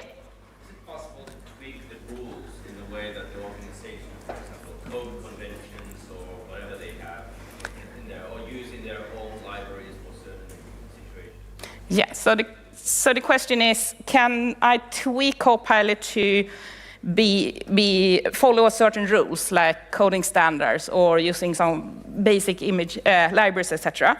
Yes and no. You do need to have a GitHub Copilot Enterprise, and then you have a completely different thing. You need to have your code there, your wikis, etc. And all of the features you requested haven't been created or released yet, but we are going there. So keep in mind that this is just the beginning. This is really just the beginning. We're going to laugh about what we did with Copilot in a couple of years. So all the things that you can imagine, this will be nice, hopefully you can look at it, it's going to happen, I promise you. So not really yet, and you need to have the most expensive tier on GitHub to be able to do it. So, but some of it you can. All right, let's get prepared for lunch. Lunchtime till 12.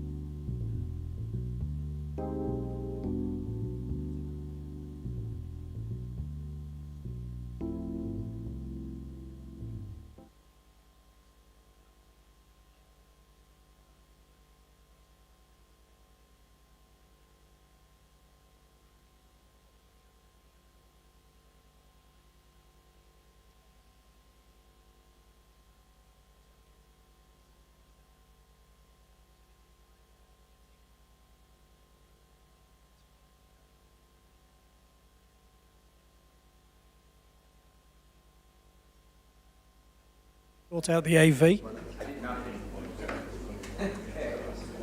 We'll be with you back surely after the break and the panic and everything else has just subsided.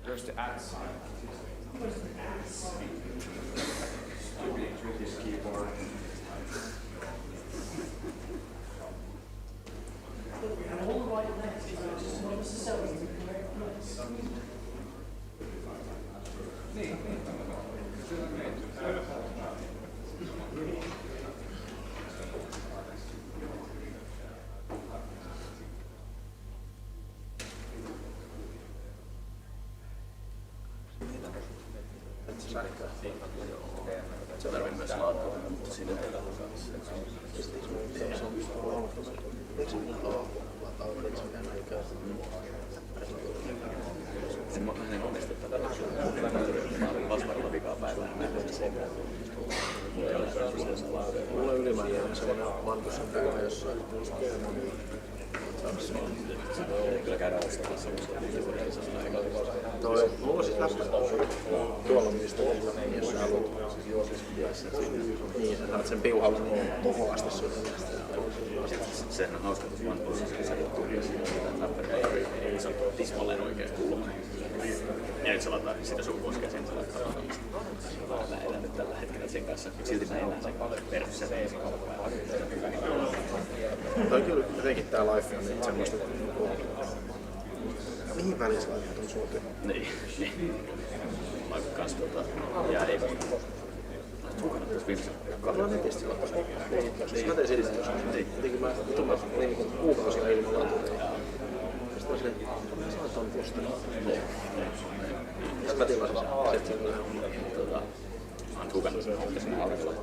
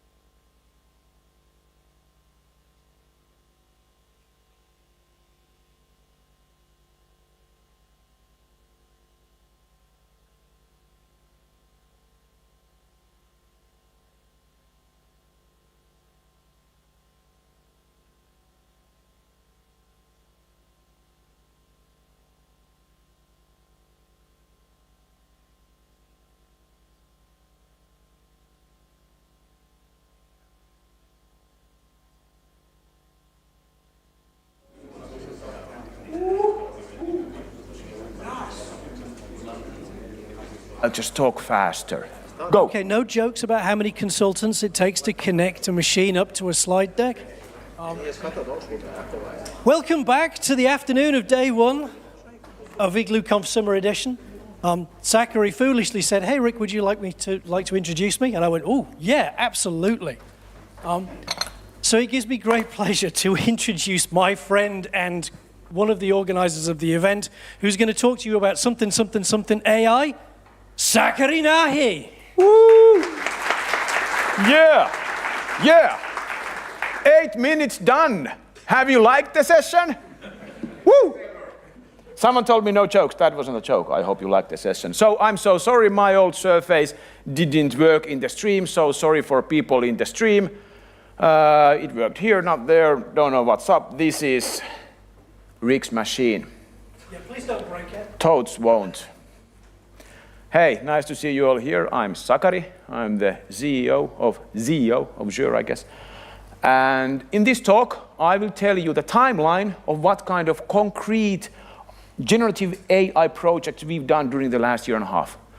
So there's going to be a bit of an introduction into how we got here, into how I saw things as they evolved during this hype of AI. But then the further we get into the talk, the more we're going to talk about concrete projects and how we've done those. After this talk, you will have at least, 5 to 10 different things that can be built and that have been built in Finland. So no large global references here.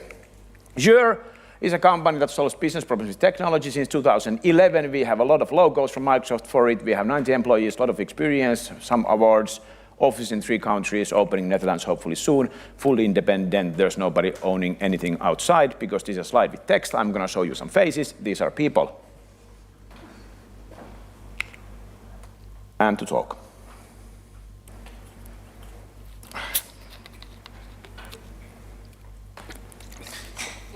What's the purpose with this slide? The purpose of this slide is to show that we are in a new uncharted territory. 2 years ago, you wouldn't have seen such a tweet.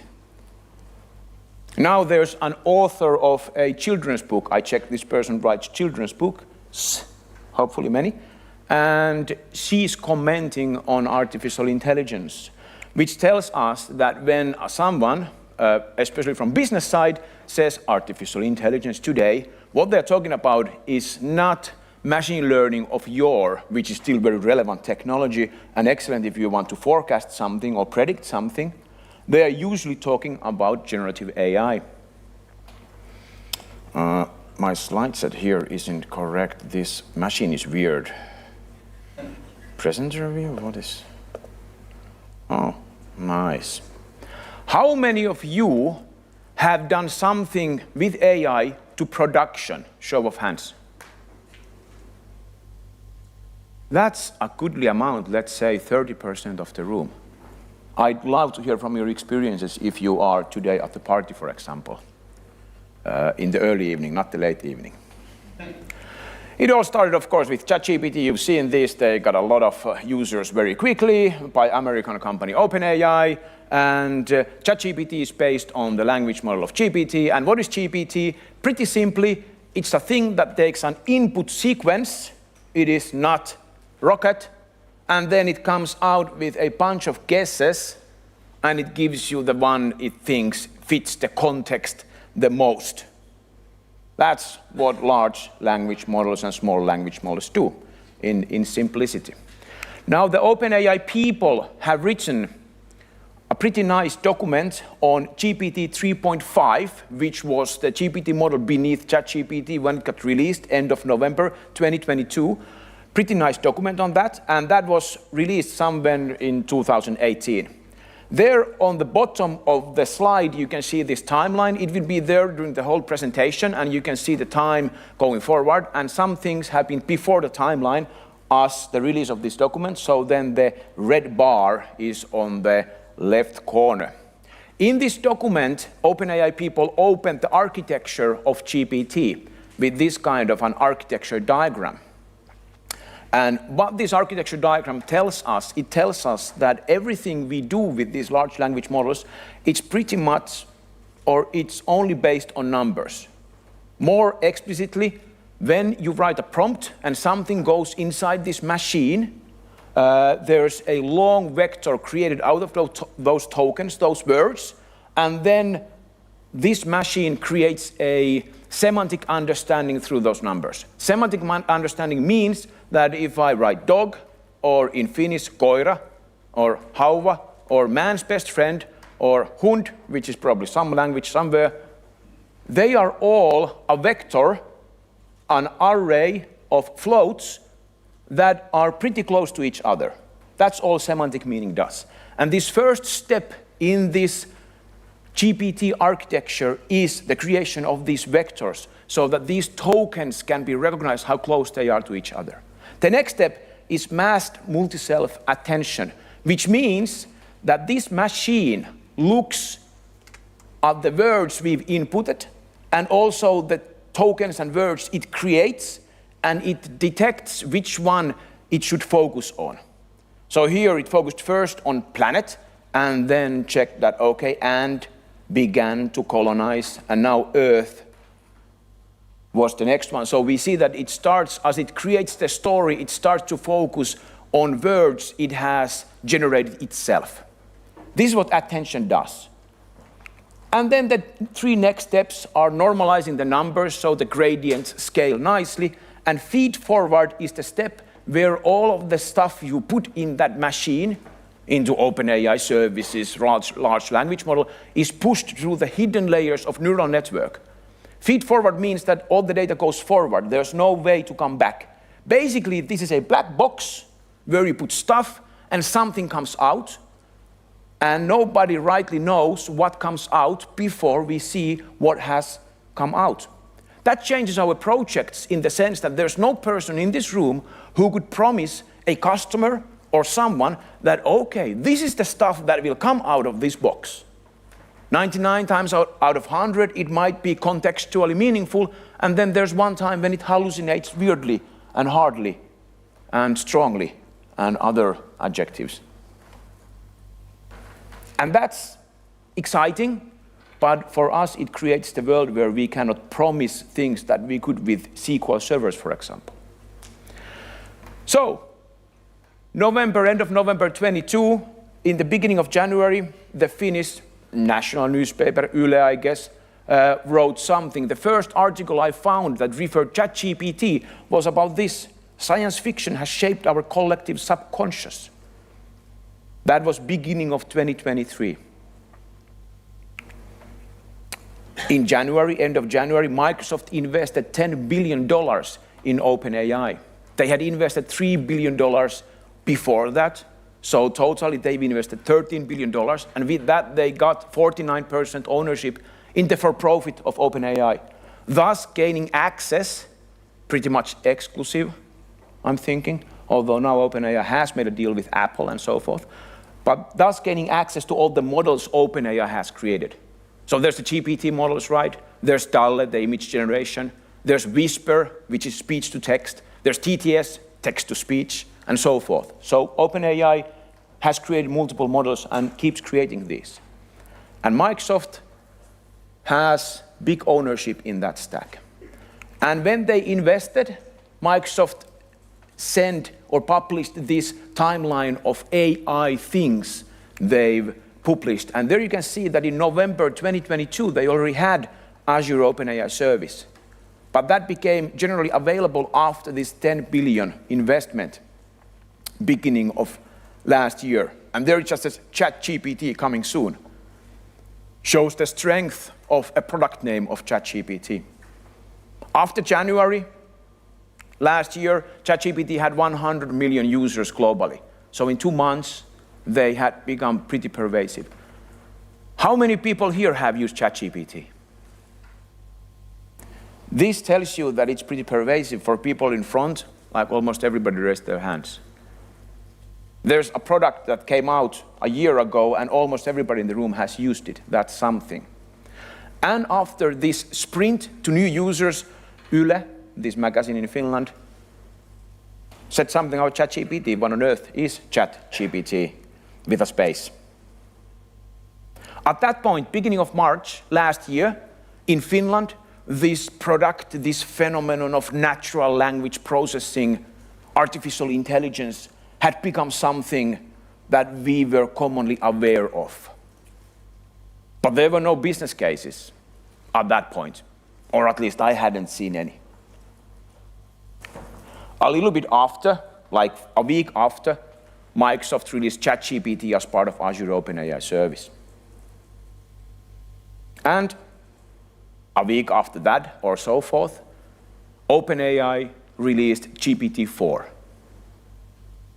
And I think this is a meaningful slide, not because it would be fact anymore. It's not fact anymore because it's gotten a little old, because this is over a year old, and in artificial intelligence, generative artificial intelligence terms, it's very old. But I think this is meaningful in the sense that we can learn from this how these models progress. And as an example, I'm highlighting this AP art history, advanced placement art history part of American education system, where GPT 3.5, the blue bars, has received high marks, over 80% correct, and GPT-4 didn't exceed those numbers. So GPT-4 was no better than GPT 3.5. However, if you look at the uniform bar exam, which is the lawyer exam, there GPT 3.5 had 10% right, and GPT-4 had 90% right. I've used this slide for a year now. Some of you probably have seen this. Maybe you even heard me speak about this. But this is meaningful to me because to me this tells that it's very hard to identify superior models. In some cases, use cases, you have a specific use case in your project, and you might think, oh, let's use this, let's use that. But until you try it, it's very hard to say.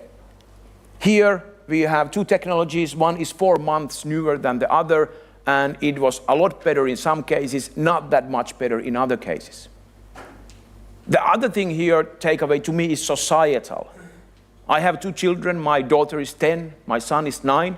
When they become a little bit older and they come to me and ask, hey, Dad, I'd like to be a lawyer.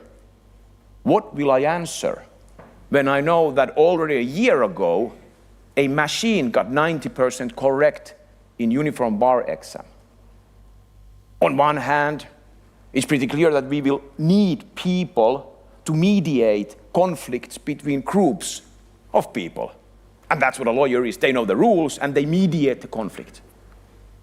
So there's some work, but there's a lot of lawyers that do NDAs and frame agreements. What's their future? What about accounting, credit and debit? AI will be able to do that stuff. It can do credit and debit. But there will always be need for a person who can advise organization financially, how to go forward, what's the next step. Development. The last talk in this room was from Cecilia on GitHub Copilot. And she coded a game, and pretty clearly she wasn't very good with Python. So development will change, as you well know. So that was the backdrop. Till March 14th or so, I at least, and Azure hadn't seen AI projects in a meaningful sense. But in March last year, that started to change a little bit. Maybe it was Yle, maybe it was the usage of ChatGPT, or whatever the reason, we started seeing interest, and we naturally were interested to understand the technical capabilities of this technology as well. And we started working with customers. The first projects, were they concrete? Of course, they were not. The first project's delivery was something like this, a foregrid of ideas for business, what they could do, how they could impact their company favorably with this technology. There's the red area that's high effort, low impact. Nobody wants to put money in those ideas. Luckily, in this workshop, I took the pictures from no ideas fell there, so we were facilitating it very successfully, I feel. Many ideas were in high impact, low effort, so very great pilot ideas for testing this capability. But no projects as such. Until the timeline jumped. You can see the red bar. It jumped like a month or so. So we did this business facilitation for a while, until early adopters, I feel, in Finland started to wake up due to different reasons why they wanted something concrete. The first that was clear to us was when a company senior leader called me and asked if we do Azure. And I said, we do Azure. And then he asked, isn't Azure capable of doing ChatGPT? And then I said, yes, it's capable of that. And then this person said, could you do as ChatGPT pronto in the company? And I said, certainly, why do you need it pronto? And then he said that he is the chief of the customer service and those kind of actions, and he has 300 people in India responsible for the global customer service, and he has started receiving emails from the customer service specialists. And these emails contain words like heartfelt and cumbersome. And from there he understood that these people don't use words like heartfelt and cumbersome, they must be using the public ChatGPT. And if you remember a year ago, there was some news that ChatGPT, the public one, leaked data because they used the questions and answers for training. And this chief was, of course, worried that some person would insert customer name in the chat and that would leak. So I said, of course, we can do a ChatGPT for your customer service. And we did. They wanted a Teams user experience. And then we knew that we would use Azure OpenAI service because that's where the ChatGPT, GPT 3.5 and GPT 4.0 at this point in time resided. Do you think this was a complex project? I can show you the whole architecture. It's here. All the components. It didn't take long. It wasn't a long project. The blob storage was for storing queries, the prompts and the answers for quality tracking reasons, which makes sense. We are talking about a global customer service organization. Otherwise, this project was 2 calendar weeks, 2.5, something like that, then it was in production. Very nice concrete project, but not that complex, and that was about a year ago.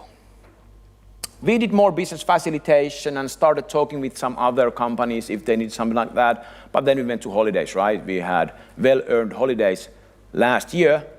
And then after holidays, we came back to work.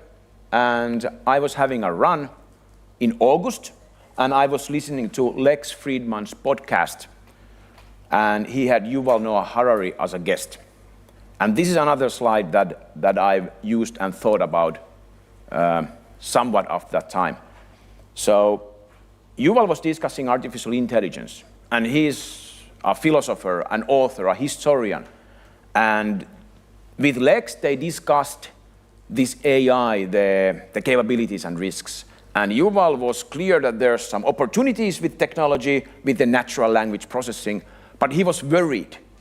He was worried because we built society on language. Together we make contracts that are based on our common language. And suddenly there's a machine that can talk that language, that can execute those contracts. And Yuval said the following: AI is the first tool in history that can make decisions by itself, he said in the podcast. And now you might think if you agree with that or not.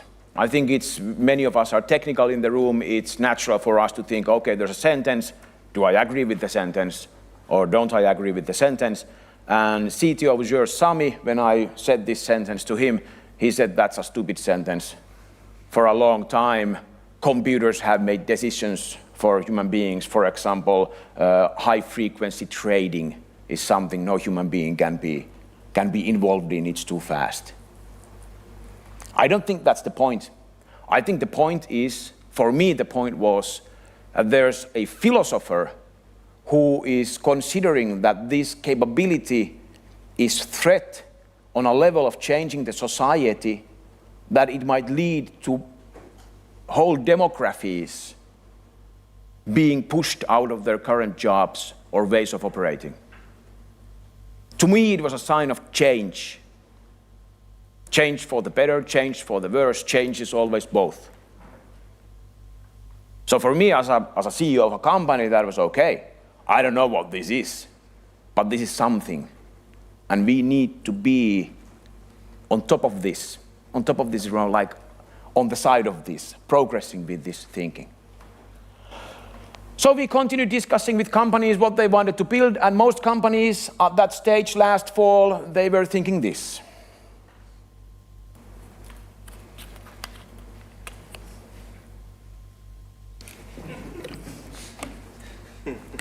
Many companies have had CEOs of the group or CEOs say to the leadership team, make sure that we don't fall off from the AI train, that we are part of the field of artificial intelligence. And then the leadership team says, excellent, Mrs. or Mr. CEO, what would you like to do with this artificial intelligence? And then the CEO says, I don't know. Make sure that we are on it. And then the story trickles down to IT department, and the leadership team tells the IT department, be prepared for artificial intelligence. And the IT department asks, okay, what kind of things will we be prepared for? And then they're told, all kinds of things.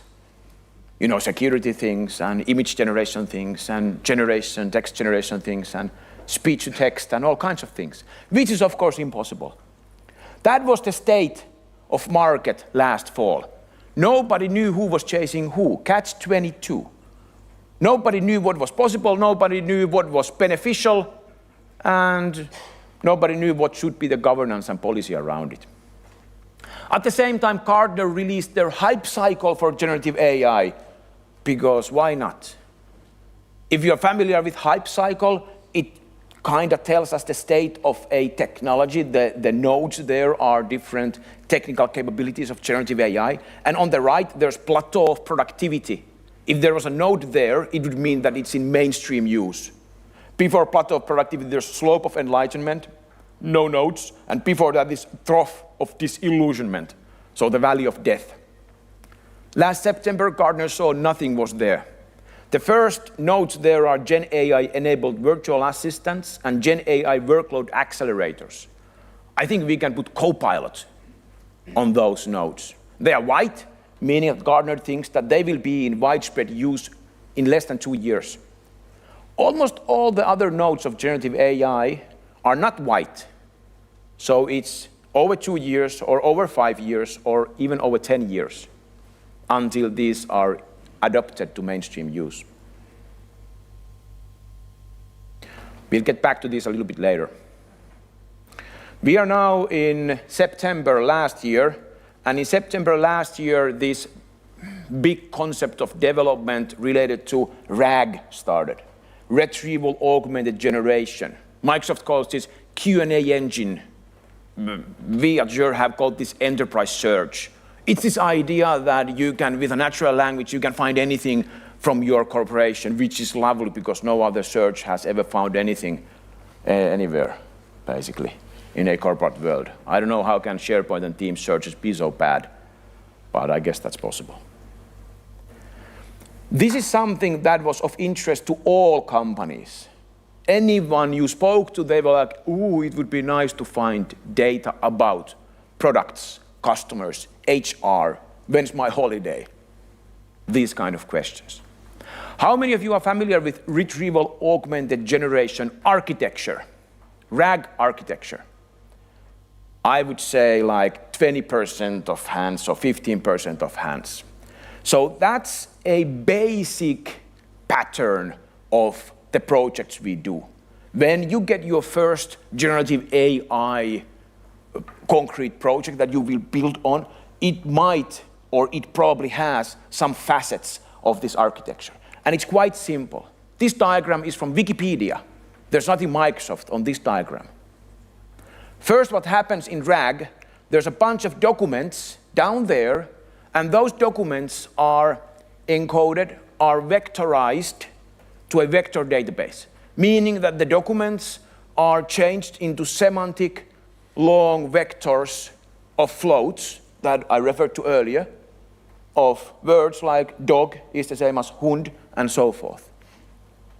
And then there's a question, someone asks a question, hey, I would like to know how I should behave when there's this kind of a project, and all the project documents have been loaded into vector database. This question is vectorized as well.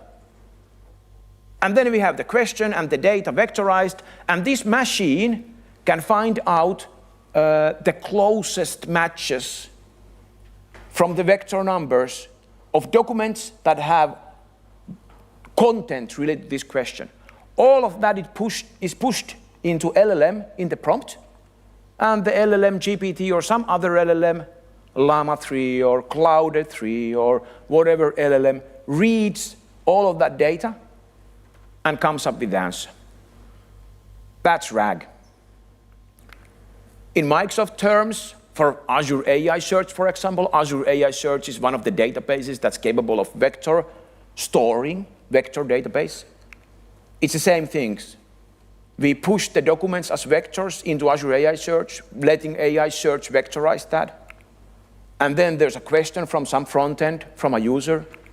And then that question is pushed into Azure AI Search, and it gives us a bunch of documents where the answer might be. And then we push the documents and the question with a prompt, please, Mr. GPT, find us the answer to this question from these documents, and bam, we got something. That's RAG in Microsoft environment simplified. That was September. That was the whole fall. From September to December and still ongoing, RAG is a big thing of interest. You will notice it in the architecture diagrams I'll soon show. What else happened in September? Whisper was announced. That's the OpenAI speech-to-text model. The quality increase was huge when that came out. It came from OpenAI, it came in 2022 or something.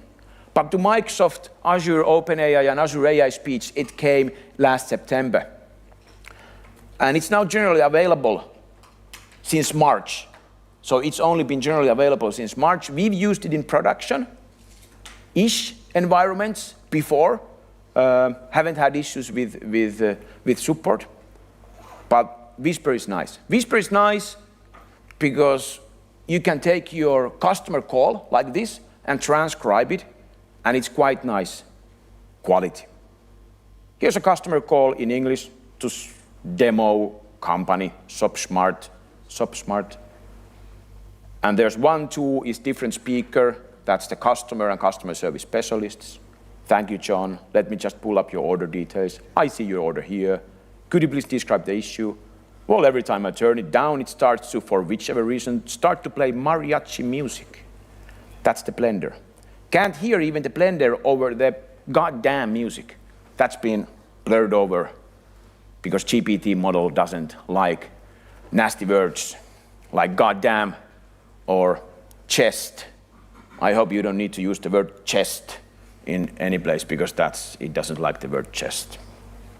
So this doesn't feel so special, but the thing is, it also worked with the same quality on Finnish since pretty much last September, which was a huge increase to many of us in this room.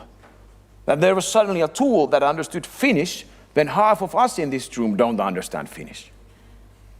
It's a difficult language. Pretty flawless Finnish to people who don't speak Finnish, but this is pretty flawless.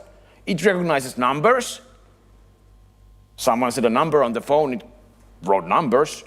It recognized names and addresses. It capitalized them.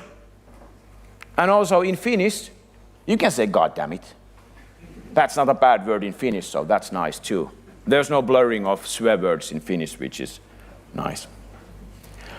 This coincided with the capability of ChatGPT being able to see, hear, and speak. That came out last September, which was, of course, some kind of a big picture, not surprise, but a feeling that, oh, now this app that I have in my pocket, I can talk to it and it responds. It felt a little magical. About there, the first UX user experience related artificial intelligence project started, which was a new type. So I've told about internal ChatGPT, and then there's been enterprise search. Now we got the first ones on user experience. These are by far the least common projects on generative AI. In this case, there's a medical diagnosis tool, and there's a bunch of symptoms the medical expert needs to check from drop-downs. And I put many drop-downs there because there's 30,000 symptoms in the database. And once they filled in all the symptoms, this app that the company has, it should tell the diagnosis. All the symptoms done, it's likely one of these three diseases or things that this patient has. Now, what is possible and what we did with generative AI was turn it into following. Instead of the user doing drop-down on 30,000 items, they dropped the patient report into the UI, and then those drop-downs were populated from the patient report. And then if the drop-downs were correct, the medical practitioner just said, go, give me the diagnosis. The architecture on it was the following. What you see here is the app before generative AI. Then we added Azure, and we added Azure OpenAI service, and we added a blob storage, and we added single Azure function, vectorization of symptoms, which had the serverless LanceDB vector database. I said earlier, Azure AI Search is a vector database, and so it is. LanceDB is a competitor. It's serverless, so it runs inside of the Azure function, which is nice. And whenever your Azure function is dead and cold, and you make a call to Azure function, LanceDB database is fetched, the state is fetched from blob storage, where it stores those vectors. So what this vectorization of symptoms function did, it vectorized the symptoms, which is surprising, of course. And it did that with Azure OpenAI services embedding API. The one we used was Text Embeddings 3 Large, which is still the best performing one in Azure OpenAI service. So there's an API where you can send a bunch of text, unstructured text, and out comes vectors. And then you can store it in a bunch of vector databases, of which I think in Azure there's like 3 maybe now. There's Postgres, that was mentioned earlier. There's Cosmos DB, there's Azure AI Search, and this LanceDB, of course, this is from Microsoft, but it runs serverless nicely. 30,000 symptoms sounds a lot, but symptoms are short, so the database was quite small, so LanceDB in serverless worked fine. And the other bit was in the app when the user made the call with the patient report. That patient report was dropped into Azure OpenAI service, and Azure OpenAI service found symptoms from that text, block of text of the patient report, and sometimes that patient report was in Finnish. And what we realized, what we learned during the project is that even though vectorization should be multilingual, and it is, I said dog and koira in Finnish, they are the same vector pretty much. But dog and koira are very common words. They are part of a common vocabulary. Medical symptoms are not as common. In the training data set for large language model, there's a lot more medical symptom words in English than in Finnish. So the vectorization didn't really function as well when we tried to vectorize symptoms in Finnish and match them to English symptoms in database. How did we solve this? Well, we asked GPT model to translate the Finnish symptoms to English symptoms, and then we vectorized those translated symptoms, and then the vectorization worked. Which blows my mind about vectorization, but tells you a little bit about the training data set beneath the language model that you're going to run into this kind of, oh my God, it should work. But it doesn't because there's not that many symptom words for Finnish behind the system. We have LanceDB in both Azure functions, similarity search and vectorization. So both took the state from blob storage and had the same database. At the same time, these kind of projects started. A customer had 17,000 employees, and they did employee satisfaction survey with free text field.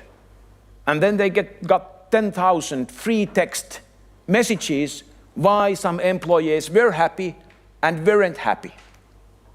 And who read those 10,000 messages? Nobody, of course. But generative AI can read those messages and take the top 5 reasons why employees are not happy, what we need to improve in our company. When I asked Midjourney to create a picture of happy employees, it created this picture of a person who gets money thrown on her, which is Midjourney. Happy employees, is that the only place this kind of let's analyze a large bunch of survey results? Of course not. Happy customers, this is what Midjourney took us, happy customers, they seem happy. If you do a qualitative survey on happy customers, you can analyze that. And if you are, I don't know, Fatser, and you do some chocolate bars, instead of doing NPS, Net Promoter Score, how likely are you to recommend this product to a person you know? You could have that. NPS doesn't go anywhere because it has benchmark, right? But you could also have an input box where someone says, oh yeah, I like Snickers because it's crunchy. And then generative AI could go through this. I fully predict that in a few years, we as consumers will start getting survey questions that are qualitative. Because now companies can analyze that with less human effort. So it's kind of doable. And in November, OpenAI pushed the boundary on their models again with the GPT-4 Turbo with 128K context, which is a different sounding update to ChatGPT can see, hear, and speak. Now it's getting a little bit more technical. Still, big update, 128K context is something we use in our projects because then you can send a longer prompt, and in retrieval augmented generation cases, the more documents you send with the prompt, the better the answer will be because the AI will have more context. And then we have the Ignite in November. That was the Copilot Ignite. In the Ignite's book of news last November, Microsoft said Copilot 289 times. So Microsoft clearly is pushing this AI, although from Microsoft, it's pretty much, I feel it's a lot about Copilot, the product, which to me personally is less interesting than the cases I've been talking about, than the capability of building something on top of something. The next case is we are still in last year that we were involved in. The first was related to this long-running process of cancer treatments. Cancer is, of course, pretty common as those kind of diseases go. And I was part of a discussion where we looked at the problem of having multiple long-term cases with patients.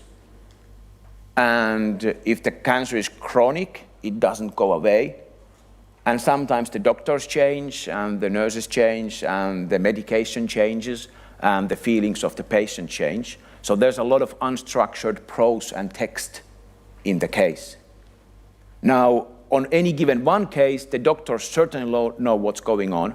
But if there's 100 cases, who will read that data and look at similarities and differences between the changes of those treatments? Now, this technology can do that, which to me sounds pretty amazing. To me, it fills me with hope that we have technology that can, in the future, find out things that we simply haven't had the manpower for in the past. Similar takeaway is, of course, research and development. It's the same scenario, right? There's long-term development of a product in a company that the company uses millions or billions of dollars for. And then there might be parallel development processes, comparing those processes and their outcomes and their steps is something this technology can do. On the RAG, last year there was one enterprise search project end of year where we found out that once again the vectorization didn't work. The previous one I told you about was about the language differences. This one was when we identified that the data the customer had was very company specific. Customer had a lot of data, but that data was filled with acronyms and information that was specific to this company, not generic or common. So when there was a question to this enterprise search machine, what happened was that we had GPT 3.5 recognizing the keywords in the question, and then we did a keyword-based search on Azure AI Search. We couldn't do vectorization on this because the keywords in the questions could have been acronyms, and those don't vectorize nicely because they are not words that are in the training set of the GPT. They are made up characters. Then we returned top 10 documents. This helped with the, if the keywords are a bit hazy, we don't just return 1 or 2, but Azure AI Search returns multiple documents. So, out of those 10, what if 5 of them aren't really related to this question? If 5 of them are, that's fine, because we can send all 10 of those to GPT-4 Turbo to analyze the contents. Now, when I say documents, I mean chunks of 2 pages per chunk. So 10 documents is 20 pages of text. In a Turbo 4 128K context, you can fit 300 pages of text. We are talking about 20 pages here. So plenty of space. Points of interest in this project were, we tried half a page chunks first. They weren't as efficient. The machine LLM didn't really find the results as well. We raised that half a page to 2 pages, and it got more context and more quality. Vectorization didn't work.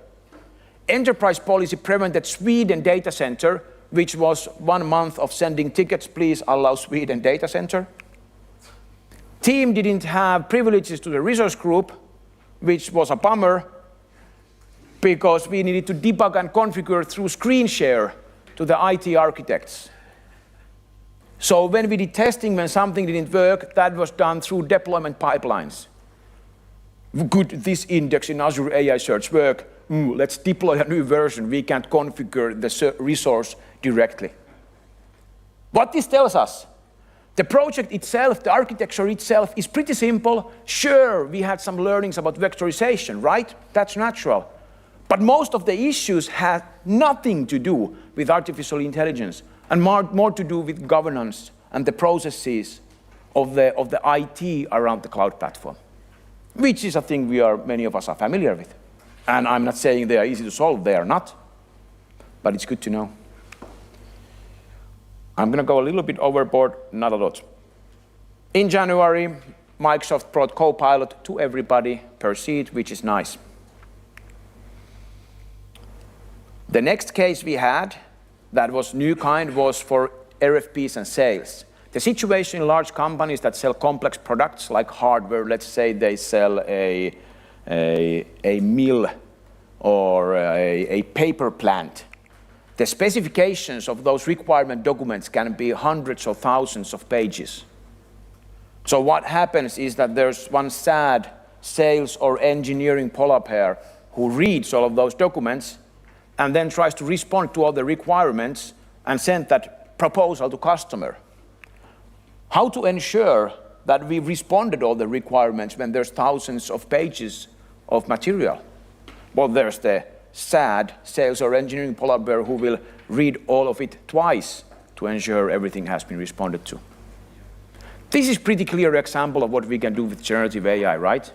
We can find out the requirements from a hefty load of documents, and then we can compare our proposal with the RFP and find out if we have responded to requirements. At that point, Microsoft came out with a new and improved RAG, which is Graph RAG. February, half of February, which is simply a graph generated by LLM, meaning that instead of vectorizing the documents only, you can traverse to documents that have nearby understanding and information. So if you are working on RAG and you feel that the responses of the AI you are building aren't comprehensive enough, maybe you can look at this approach. What's fine is, why I believe this is true, is the data set they use to prove the correctness of this approach is aptly named Violent Incident Information from News Articles Viina. So it's easy to buy that. Rick Viina means booze in Finnish. Yes. Order analysis was the next in line, approximately. A company gets 100,000 orders a year. Some of them are images, because they are PDFs that have been scanned, and some of them are forms, and they come from multiple countries, and the order might say, give us 10 pieces of this. But the company only sells not pieces, but deciliters. And then the code, product code, is wrong in the order.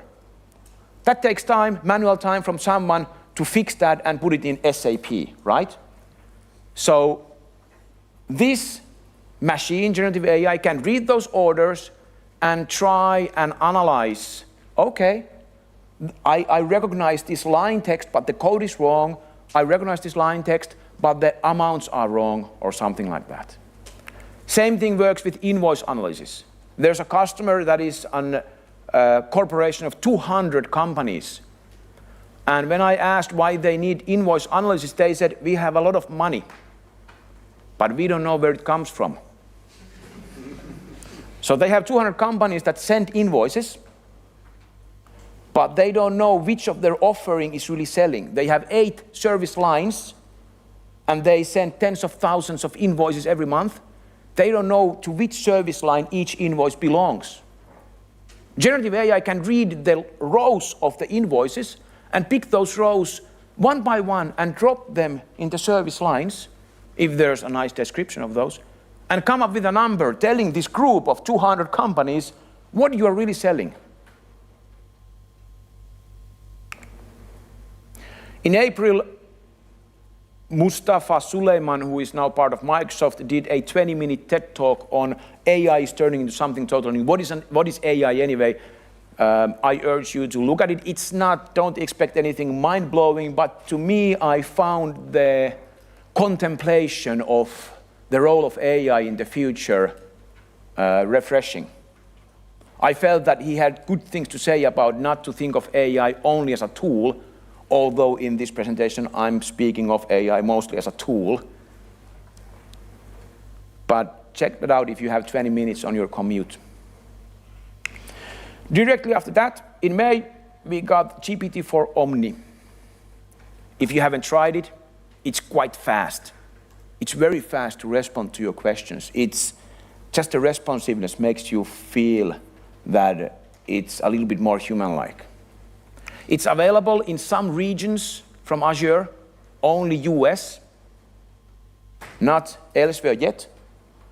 And it's kind of nice, it's half the price of GPT-4 Turbo at this point in time. But of course only in US right now. But it's available in Azure.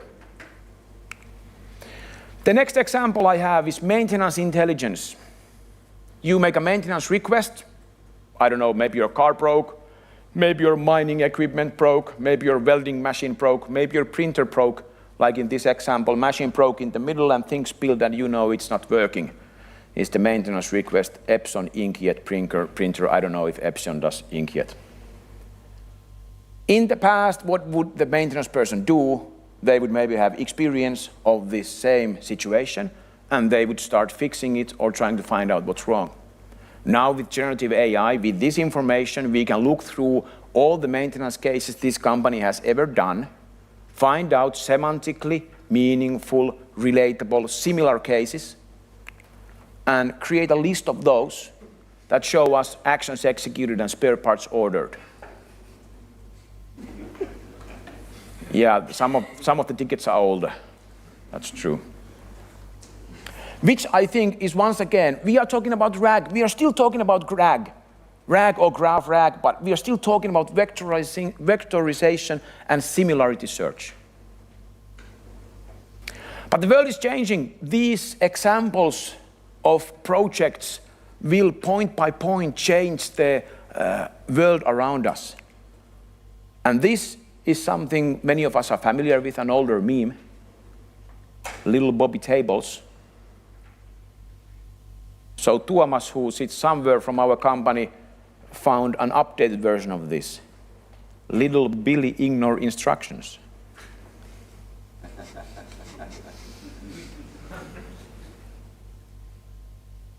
Everywhere we see little signs of this capability changing some small part of society. And where we saw a lot of signs is by this dude.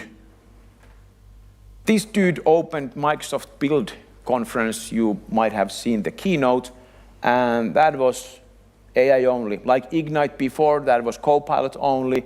This was AI only. Well, there was a little piece of fabric maybe, and I understood that Jussi was very excited when virtual machines can be hibernated so that they don't cost anymore, but that didn't get to Book of News, so maybe that big of a thing.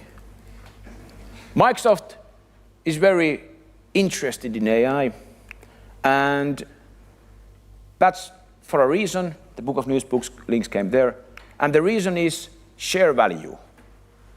It was 240, to remind you, in the beginning slide. Now it's 413. That means that the market value of Microsoft has gone up by 1.3 trillion in a year and a half. Have they really produced concrete stuff at that pace? I don't think so. This is the AI. So what did Satya say? Satya said that GPT-4o came out in Azure the same day it came out from OpenAI. That must have been planned, I think. 49% ownership does allow for some say in matters, I guess. Also, it's not just OpenAI Azure is resting on. There's plenty of other models available, all the best ones you can get there. And in addition, Microsoft are doing their own. Phi 3 is what we call small language model, SLM. The smallest Phi 3, which is getting quite efficient, takes like 4 gigs of memory, which is, I could have it in my mobile phone, you could have it in your mobile phones too. Not just mobile phones, you could have it in your car, easily. You could have it in your welding machine that we spoke of earlier. You could have it in your home drill. Please don't drill, there's a pipe in front of you. And in addition, there's the Hugging Face, which is the community for models. 1,400 models you can get from Hugging Face to Azure if you are thinking of let's go through all the models and pick the best, which doesn't make sense right at this point. If you start building something, just build it and then think of the models later. Hugging Face has, in entirety, it has 700,000 models. So this 1,400 that is available in Azure is just a fraction, but I think we are pretty happy with even 1,400. 1,700,000 sounds like a lot.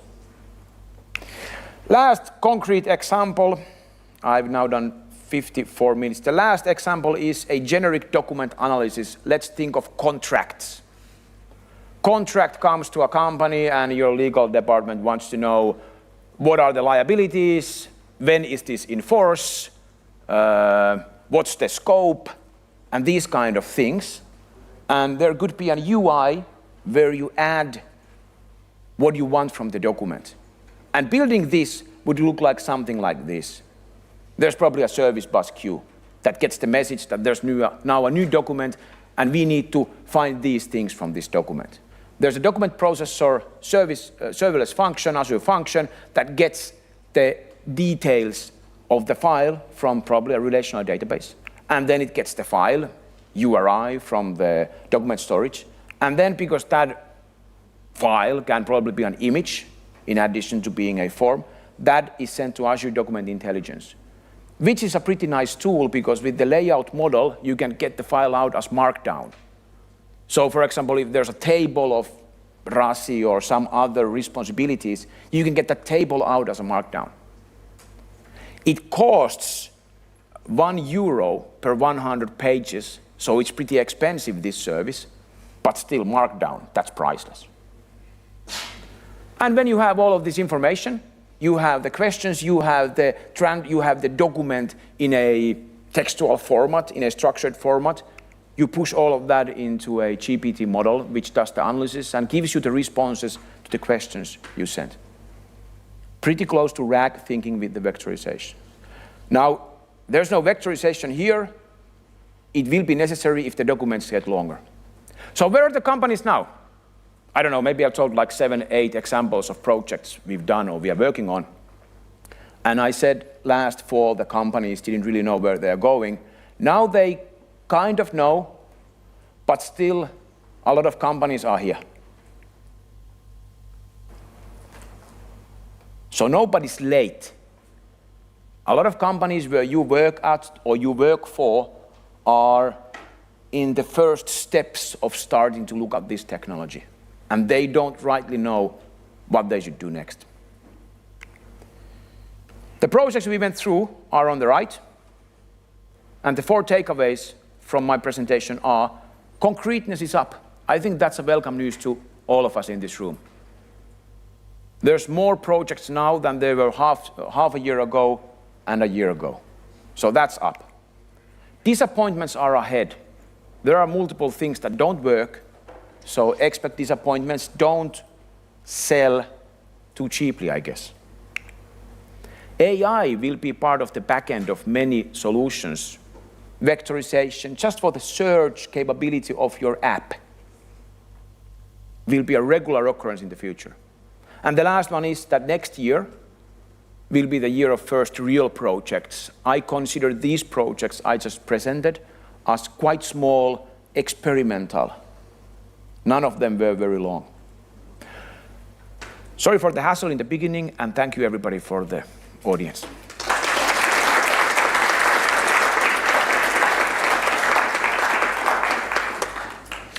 Let's take 10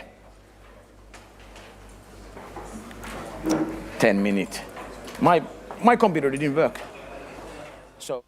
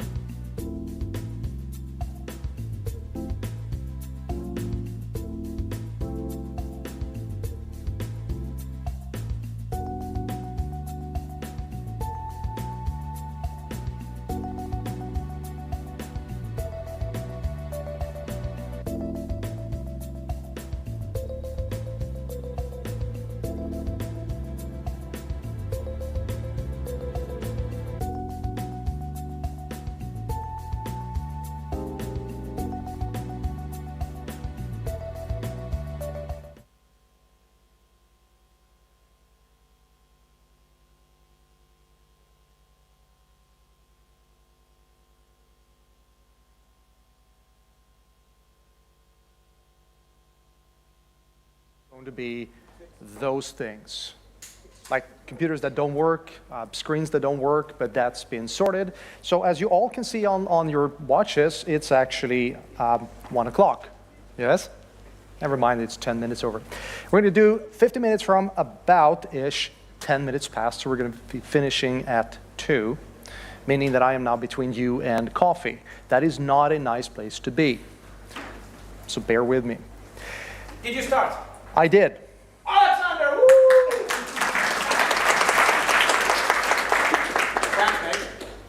Thank you for completely destroying my intro. But that's what I was expecting. Come to Iglooconf, they said. It's going to be fun, they said. And here I am. So first of all, I want to say hello and thank you so much for coming to this session. I am, for the first time in my career, fighting a session on quantum computing. You're here. You could have been in the quantum computing. But then again, you might be in both. That's why I don't do quantum computing.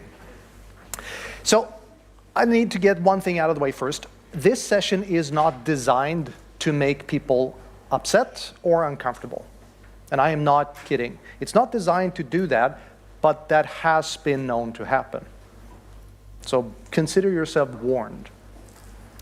It's not my point, but I am going to talk about a number of things that are kind of contentious and are kind of, they mean things. And they mean different things to different people. The name of this session, The Untruthful Art, it's a nod to one of the most famous people in the visualization space, Alberto Cairo. He's written a book called The Truthful Art, and I almost had a coronary when he reached out on Twitter and said, well, I kind of like your title. I was pretty sure that he was going to rip me a new one, but he thought it was kind of cool. So, The Untruthful Art, how to really mess with people's heads using data. So we live in the age of information. In 2023, 120 trillion gigabytes, that's 120 zettabytes, of data was actually created. I'm pretty sure that half of it is probably porn and spam, and the rest might be divided between TikTok, cat pictures, selfies, and maybe, just maybe, some kind of useful information. The jury is still out on the last one. How much of that information is true? Well, what is true anyway? How do we define truth? How do we measure truth? Kilos? Meters? How many meters of truth is something? Kind of a hard thing to do, right? The thing is, the world is simply too complex. It's too complex to specify what is actually really, really true. And in this world of complexity, there are ways to leverage this complexity, this challenge that is innate in information, to overload you with information, or push an agenda, or maybe even leverage outcomes. The only thing that is worse than getting played is getting played without you knowing it. People are predominantly visual. You can find a lot of stuff on the internet going, well, you have the visual learner, you have the auditive learner, you have the other learner. Don't. It's an oversimplification that we're not going to be dealing with, but most people tend to latch on to visual information. It makes sense. The whole adage that picture says more than 1,000 words. Right? There's a reason for that. And have that in mind as we go through this. We're going to look at what does deception really look like, or what can it look like. We're going to see how do we spot foul play, and what makes the data visualization craft so dangerous. I mean, hey, how hard can it be and how dangerous can it be with a Power BI report? Yeah, funny you should ask. You might have seen the part comedic, part magician duo Penn and Teller. Penn put it this way, or Teller put it this way: nothing fools you better than the lie you tell yourself. This is key. My goal today is to show you this central tenet of visual trickery. That's you. You all are going to see exactly what you want to see. And if I have an idea of what that is, I can pretty much play you and get you to do most anything. So my name is Alexander. I come from, I don't know where east-west is. I come from Sweden. So sort of kind of the same weather, much easier language. I've been at this for close to 30 years. I was told yesterday that Zachary has CEO silver. This is data science gray. It's almost the same color, but not quite.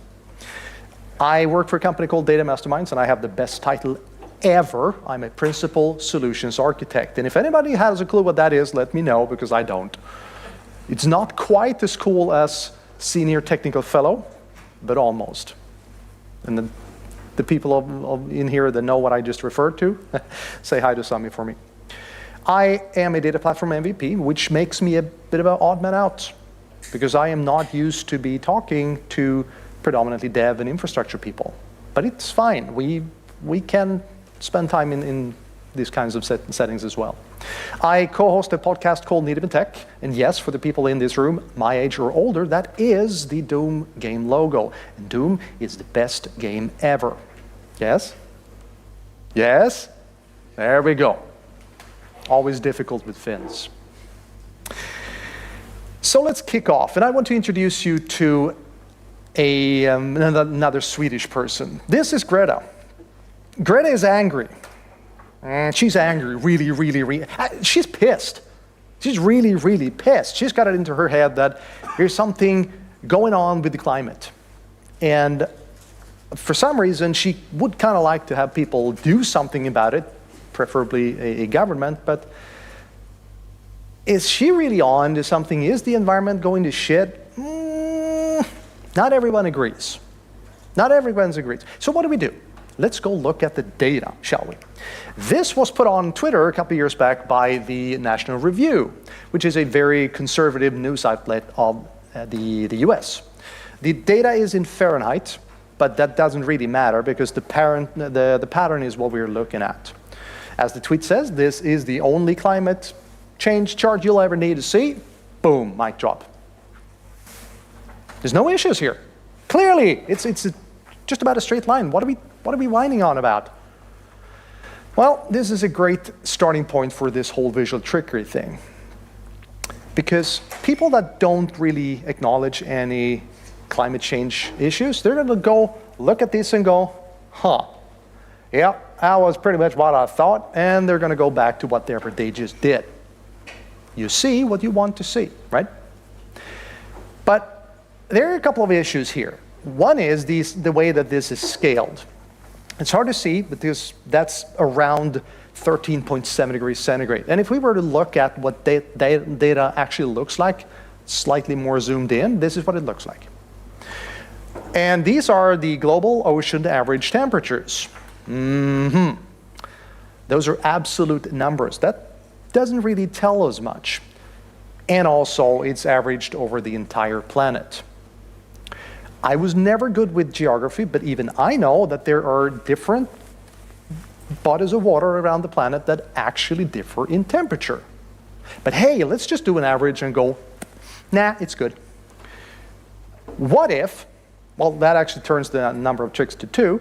What if we look at the change of temperature over years? Oh dear. Those are the anomalies, or those are the changes. And if we look at the changes over time, I sort of kind of get an idea of why Greta is upset. She might actually be onto something here. I was considering calling this session not the untruthful art, but an hour with Fox News. And then I realized that if I even tried to do this in the US, I will probably, at best, not be allowed back in the US, and at worst, not ever be allowed to leave the US. With things like this, if you need to find someone that does unspeakable things to data, I highly recommend you to go look at Fox News. Percentage of Americans that identify as Christians has really plummeted. Just look at this graph. Well, okay, look at the scale. Yes, it's 12%, and that may or may not be a lot, but it's not this big of a change. It's a small change because they've messed with the y-axis.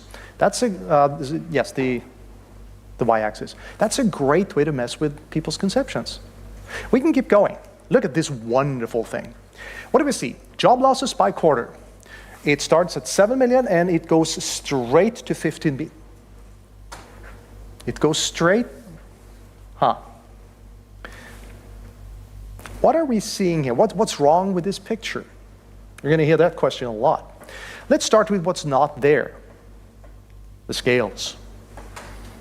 They kind of have a point, right? But if there is no scales, you have no idea what you're looking at.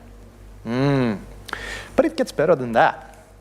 This one, the x-axis, it's not equidistant. There is a huge difference between December 07, September 08, March 09, and suddenly we're in June 10. How did that happen? What do we do when we're concerned about a graph? We go find the data and we look at the data. This is me taking the exact same data, putting it into Power BI, and, well, to be fair, I tried to recreate this in Power BI, I couldn't.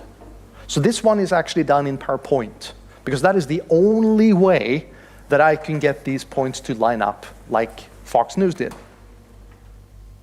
And I'm reasonably well versed in Power BI. But if we actually look at the data, yeah, this is what it looks like when you plot it in a proper fashion. And as you can see, there is a bit of a gap over here between March 09 and June 10. It would be kind of sad if something were to hide there, wouldn't it?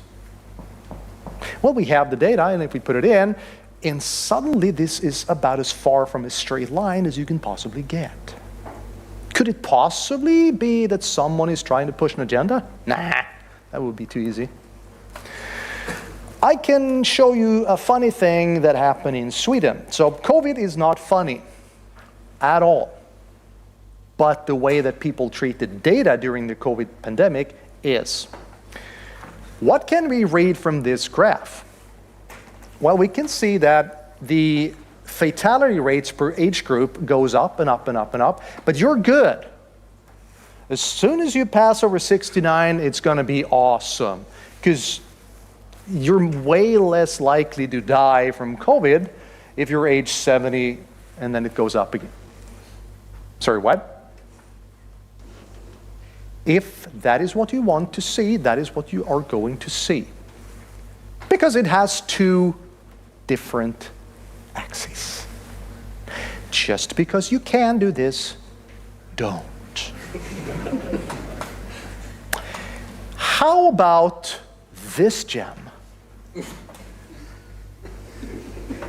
I have yet to find anyone who can tell me what the heck we're looking at. But it is, from a visualization perspective, correct visual, if you will. Just meh. Let's just skip that. How about this one? The Republican Party is backsliding towards authoritarianism, which is, by the way, a very difficult language for a word for someone who does not have English as his first language. We're back to, how do you measure authoritarianism? How do you measure democracy? How many meters of democracy do we need? What is an average length of democracy? We don't know. How the, insert explanative, do you even come up with this? But again, if you are a hardcore Democrat that absolutely hates the whole point of the Republican Party, you're going to look at this and go, yeah, I'd never liked those GOP people. And clearly here we have a graph that says, I'm right. Awesome, I'm going to use this. That's how these things are used. You see what you want to see, regardless of if the data is shit. We're just warming up. How about this one? And this one was taken from the World Inequity Report of 2017. So this is a pretty hefty tome of data. This is not something that somebody just whipped up one Tuesday morning in an office. No, this has been peer-reviewed and all kinds of weird stuff been done to it. What is the problem here? Well, what's happening over there? This is an axis. It's even the x-axis. Everybody's happy. Here we go from 10, 20, 30, 40, 50. That's linear.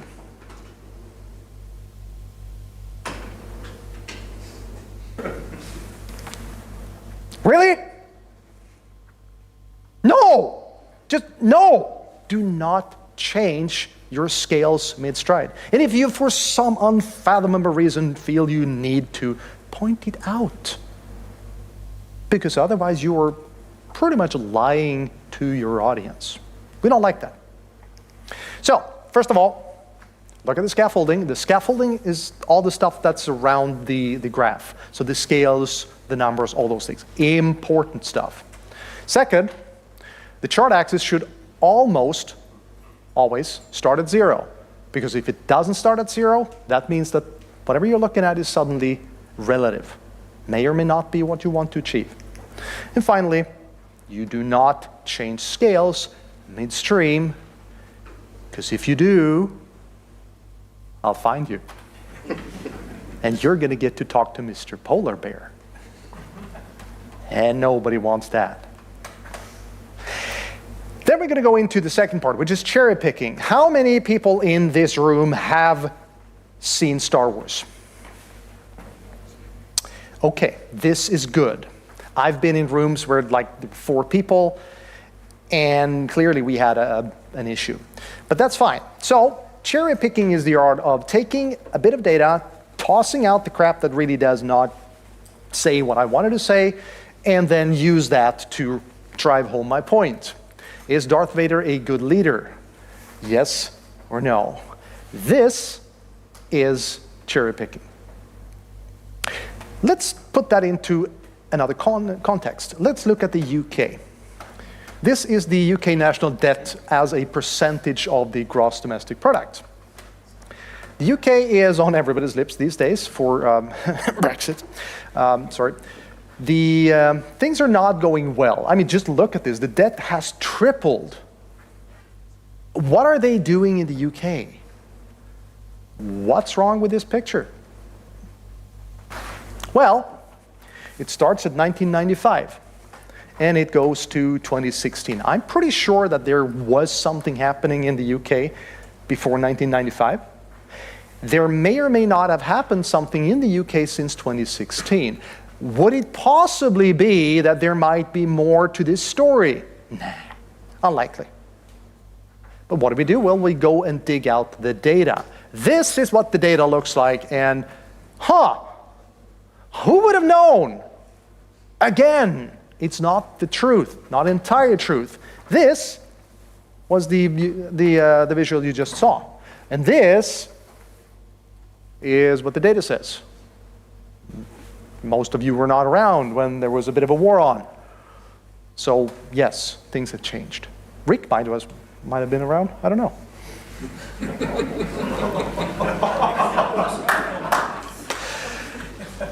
So I'm now going to show you something that is just, this is so nuts that I have to read verbatim. This came out on Twitter a while back, and this is from a man called Björn Lomborg. He is Danish, and he is a climate denier of epic proportions. He put this out and says that the EPA, the Environmental Protection Agency of the US, clearly shows that there is no global warming. The scary part is there is nothing wrong with this graph. This is EPA data. This is absolutely correct EPA data. And it's a report by the EPA that you can freely download from the internet.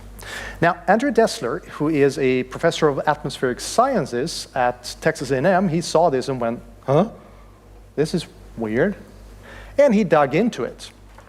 So what we're looking at is heat waves. So what is a heat wave? Well, the 1930s were hot in the US, but they were not that hot. The 2020s had some pretty serious heat waves as well, but they didn't even show up. Okay, are we living on the same planet? So this is referring to the heat wave index. And it's a good thing you're all sitting down, because I'm going to give you the definition of a heat wave index. Okay. A heat wave index counts the occurrence of a four-day heat waves of temperatures exceeding 1 in a 10-year recurrence. Can anyone explain to me what I just said? No. That's the issue. They're taking something completely arbitrary and then plotting that. So what Andrew Dessler did was he took the data and instead he changed the definition of a heat wave to something more reasonable, counting the number of hot days. And what do you know? This is the number of hot days. It seems to be going up. But there's actually another trickery in this. This is the United States. I know that some Americans really don't agree to this, but there are other parts of the world outside of the US. And suddenly if you add in the entire world, oh dear. Yeah, Greta might be onto something here. Just saying. What can we learn here? Well, look for the agenda. The whole point of data telling a story is just utter incomplete bullshit. Sorry, but that's the way it is. No data will ever tell you anything on its own. My bag's not going to tell you anything. My data is not going to tell you anything. My data is just going to reflect what I want the data to say. So always look for the agenda. Consider the responders. Who am I asking a question to? That is going to impact the information that I get back.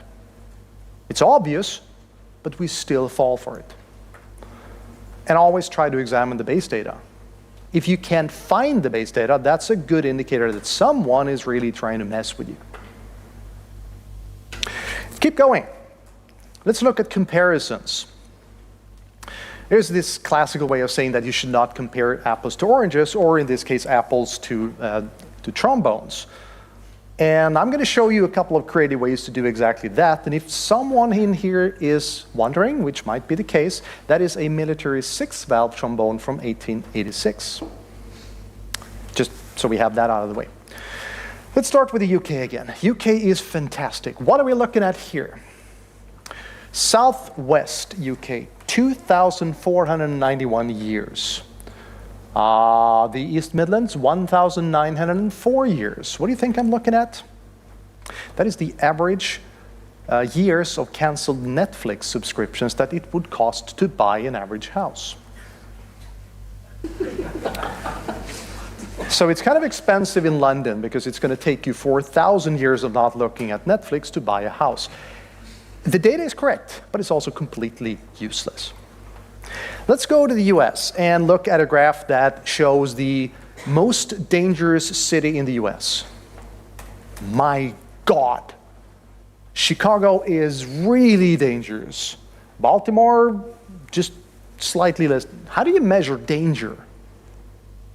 We're back to the unit of danger. What you're looking at is a lot called fluff. This is cool to look at, but there's a lot of stuff around here that is just designed for your mind to look at it and go, ah, this looks cool. So let's take out the fluff. This is what it should look like. What are we missing? Numbers. Scale, numbers, axes. Indeed. So this is actually the number of homicides in 2019 by city. Do we have an issue with this? Yes, we do. Anybody ever been to Baltimore or Chicago? Then you might know that there is a bit of a difference in size between the different the cities. Chicago is quite a lot bigger than Baltimore, so we cannot compare the absolute numbers. Well, it didn't stop someone for doing exactly that, but it kind of skews the whole thing. So we do a comparison instead of absolute numbers, we divide the number of homicides by the population. Suddenly it looks like this. And if we put in the red, coloring the red bands again, it looks like this. So yep, Baltimore's kind of a tricky place to be, but Chicago, nah, it's not that bad.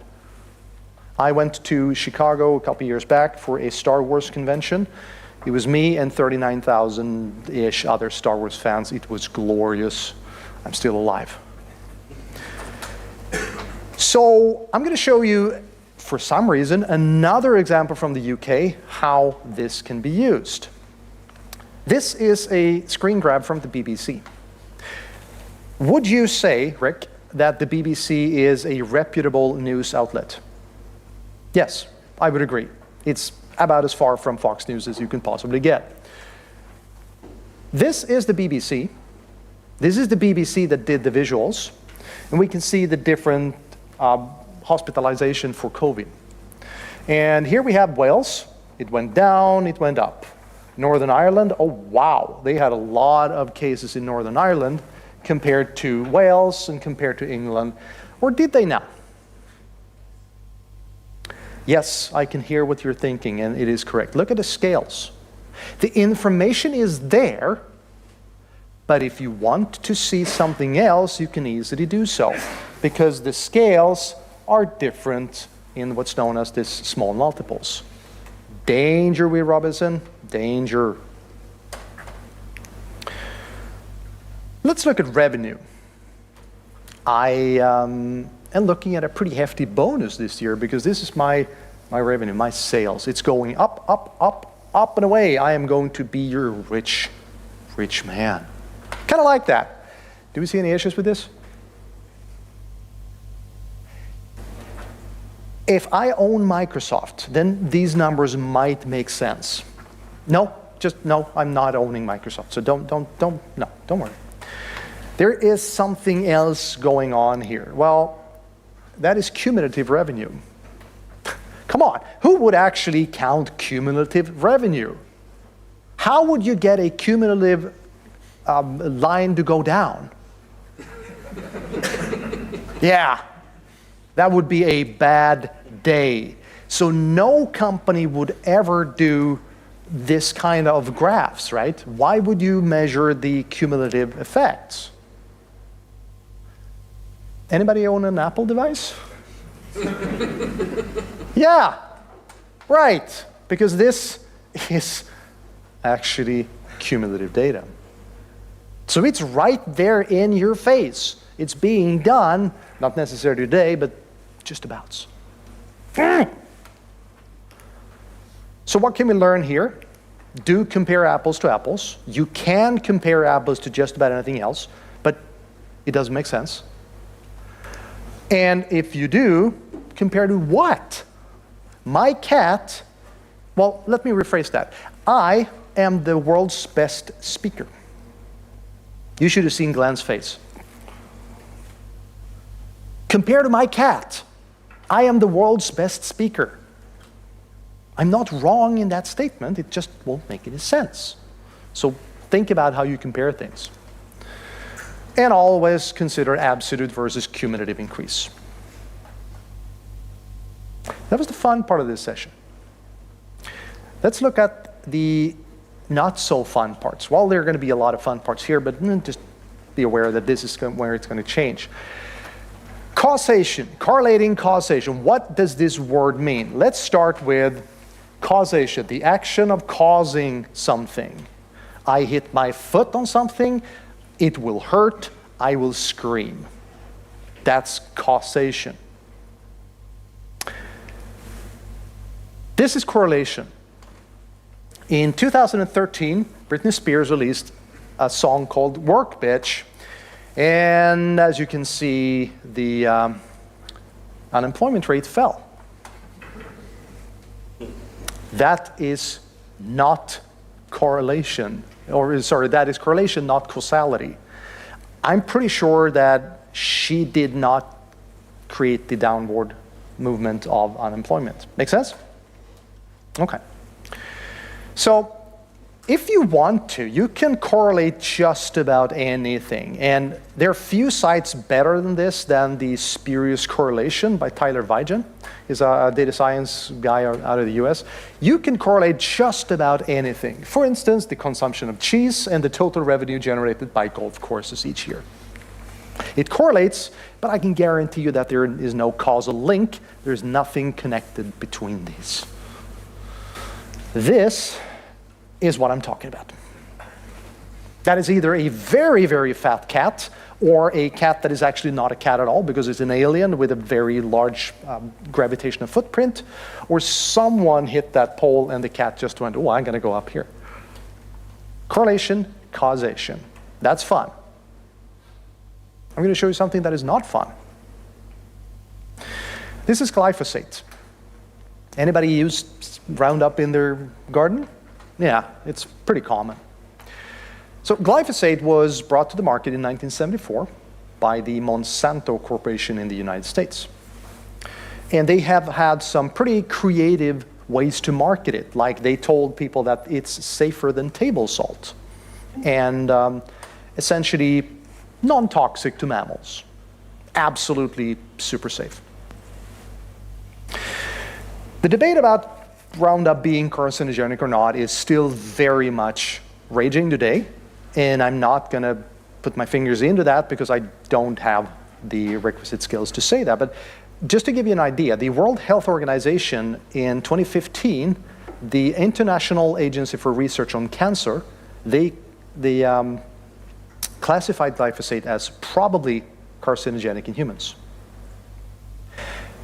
But the same year, the European Food Safety Authority said the substance is unlikely to pose a carcinogenic threat to humans. Can you just decide, please? That's not how science works. So we don't know. We do not know. So what if we do this? We take thyroid cancer incidence in the US and we add that to glyphosate, and why don't we throw in genetically engineered soy and corn in the whole mix as well? What are we looking at? Correlation. There are a couple of things that stand out here. For instance, the need to go to minus on one of the scales just in order to apply enough force for this line to fit. To paraphrase a movie, with a proper amount of force, this boot will fit up your posterior. With a proper amount of force, I can make any line fit any other line. That doesn't mean it's right, but hey, it's a graph, and graphs are by design always true. Yes? So why does this matter? It matters partly because of this man. This is a British physician whose name is Andrew Wakefield. He posted in 1998, or in the Lancet, which is one of the most prestigious medical journals in the world, he created an article that linked the MMR vaccine that we give to small children to autism. That has been completely torn to shreds. There is no scientific evidence for anything in that article to be true. It's been removed from the Lancet. He has been struck from the medical registrar. He is no longer allowed to practice medicine in the United Kingdom. That should tell you something about his scientific practices. Doesn't really matter, because the global anti-vaccine movement, they latched onto this like a tick on a dog, and they saw the fantastic opportunity to really push an agenda and to sow distrust. Because we can take this information that I just showed you and we can compare completely harmless things together like this.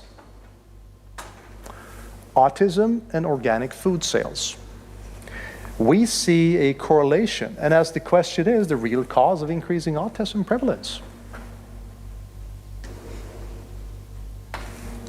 It's organic food sales. Most of us are going to go, yeah, no, it doesn't really work that way. But what if? What if? What if you have a child? Consider a couple with a child that has just been diagnosed with autism. That is a completely life-changing event. Your life as you knew it up to this point is over. Nothing you knew yesterday will apply today or the rest of that child's life. Everything has changed. Why did this happen to you? Why did this happen to your child? Could you have done something different? Is this your fault? Are you a bad parent? These are the questions that instantly come into the head of people with this situation.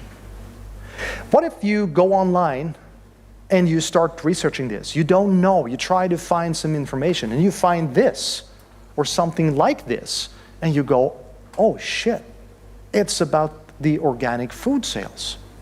How is this even allowed? This cannot stop. And you grab a pitchfork, some tar, and off to the races you go to start protesting organic food sales. It's not far from there to people really getting hurt. It's not fun and games anymore when you start to really mess with people's minds.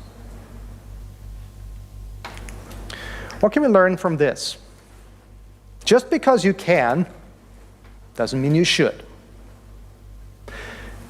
You have a responsibility as someone who does data visualizations to always think of what are you trying to say? How will this be interpreted? We can always say, well, we just gave them the data. It's up to the people looking at it to make their own assumptions and their own conclusions. Yes, it's true, but it's also pretty crappy. Scale will always define the curve. By messing with the scale, I can probably get a curve to fit on top of something else. And as soon as someone whips out a scale that requires you to have minus 10,000 tons of glyphosate, we have an issue. Because it's kind of hard to have minus anything if you have a quantitative piece of data. And say this after me, correlation does not equal causation. I have a number of tattoos. That might be my next one. Just haven't decided where to put it. Maybe a perfect tramp stamp, or maybe on my chest. I don't know. We'll see when it's time for the next Iglooconf. We're going to go in. Do it today, we pay for it. I was afraid you'd say that. We're going to go into the fifth one. This is purposeful deception, or as a friend put it, lying through your teeth. We're back to Twitter, or X, or whatever it's called this week, and this gem was put out by the BJP, the Bharatiya Janata Party, and I'm terribly sorry if I butchered the name. This is the leading party in India. So the truth of the hike in petroleum prices, the percentage increase of petrol prices. I'm sorry, what? Again, I am not good with math. There are people in this room that are very good with math. I'm not one of them. Really?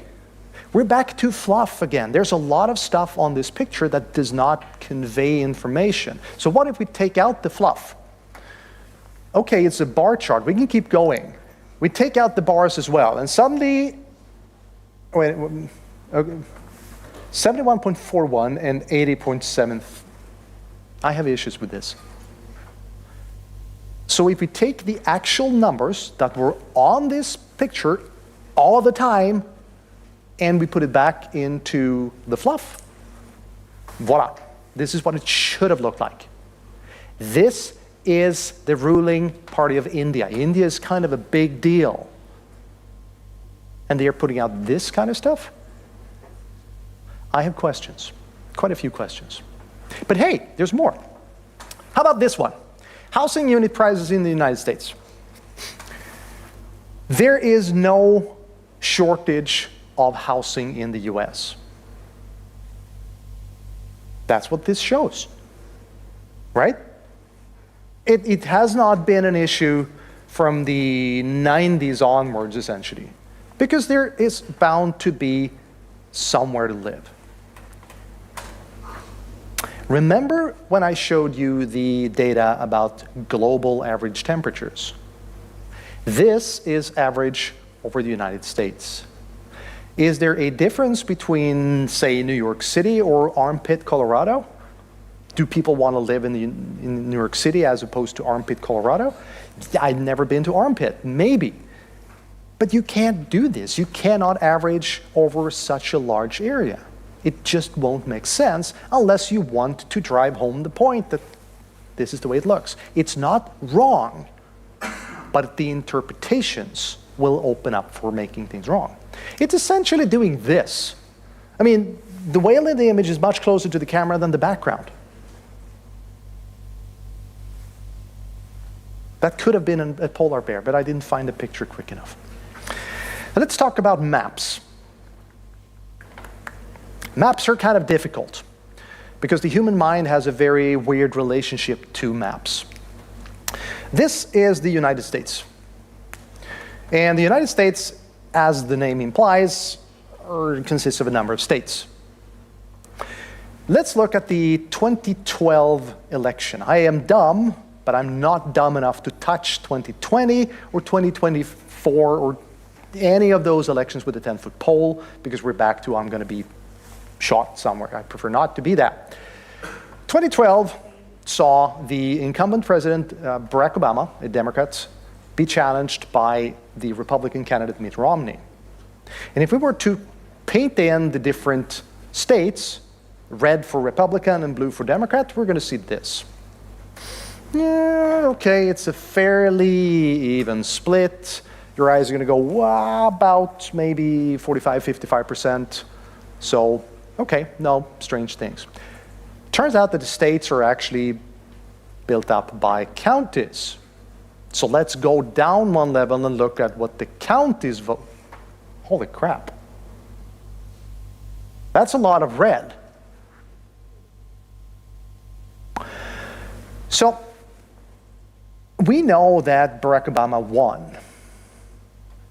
But looking at this picture, as a Republican, you open up your paper in the morning and you see this, and then the narrative that the election was stolen.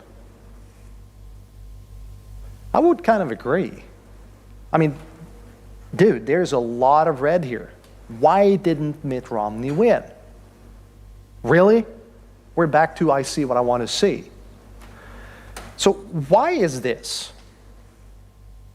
Well, it turns out that land don't vote. People do. And if you look at the number of people in the different states, there's a crap ton of people in California. Florida, which was surprisingly turned blue that election, there's a lot of people there as well. Texas, it was red as it always has been, and all the way down to Wyoming. What do we have in Wyoming? Cattle. We have a lot of cattle. No, I'm not talking about the people, the actual things that go moo. They don't vote. If the cattle had voted, that would be something completely different.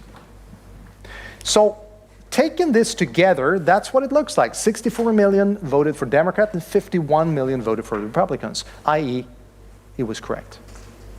But it's easy to show how you can make a narrative saying that, well, the Republicans had their elections stolen from them. We're going to stay in Florida. Anybody ever been to Florida? Kind of a nice place. It's not unlike Helsinki yesterday when it comes to temperature.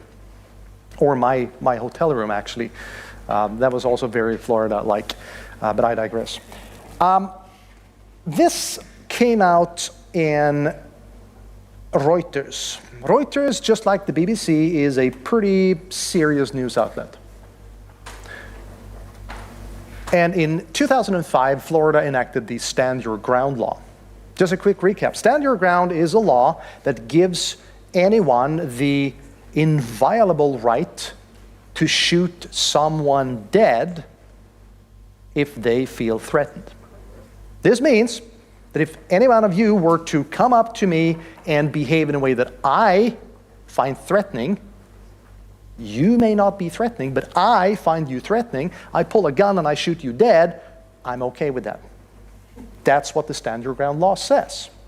The whole point of it was to kind of make people think twice before they went up to someone on the street and mugged them. And as you can see, the law went into effect in 2005, and the number of deaths fell. Or did they?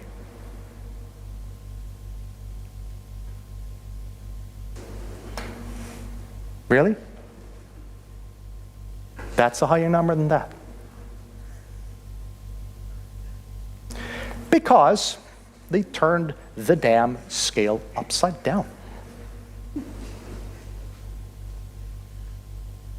Why would you do that? So that's what it should look like. That's what it should look like. And who would have known? If you give people the right to shoot people dead, they're going to do it. Even I thought that was kind of clear, right? We're going to go back to the UK. This one just blows my mind.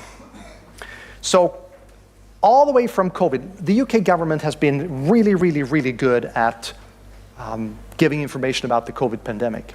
And every week there was the weekly COVID-19 surveillance report. And it has been identical since pretty much the start of the pandemic to the end of the pandemic.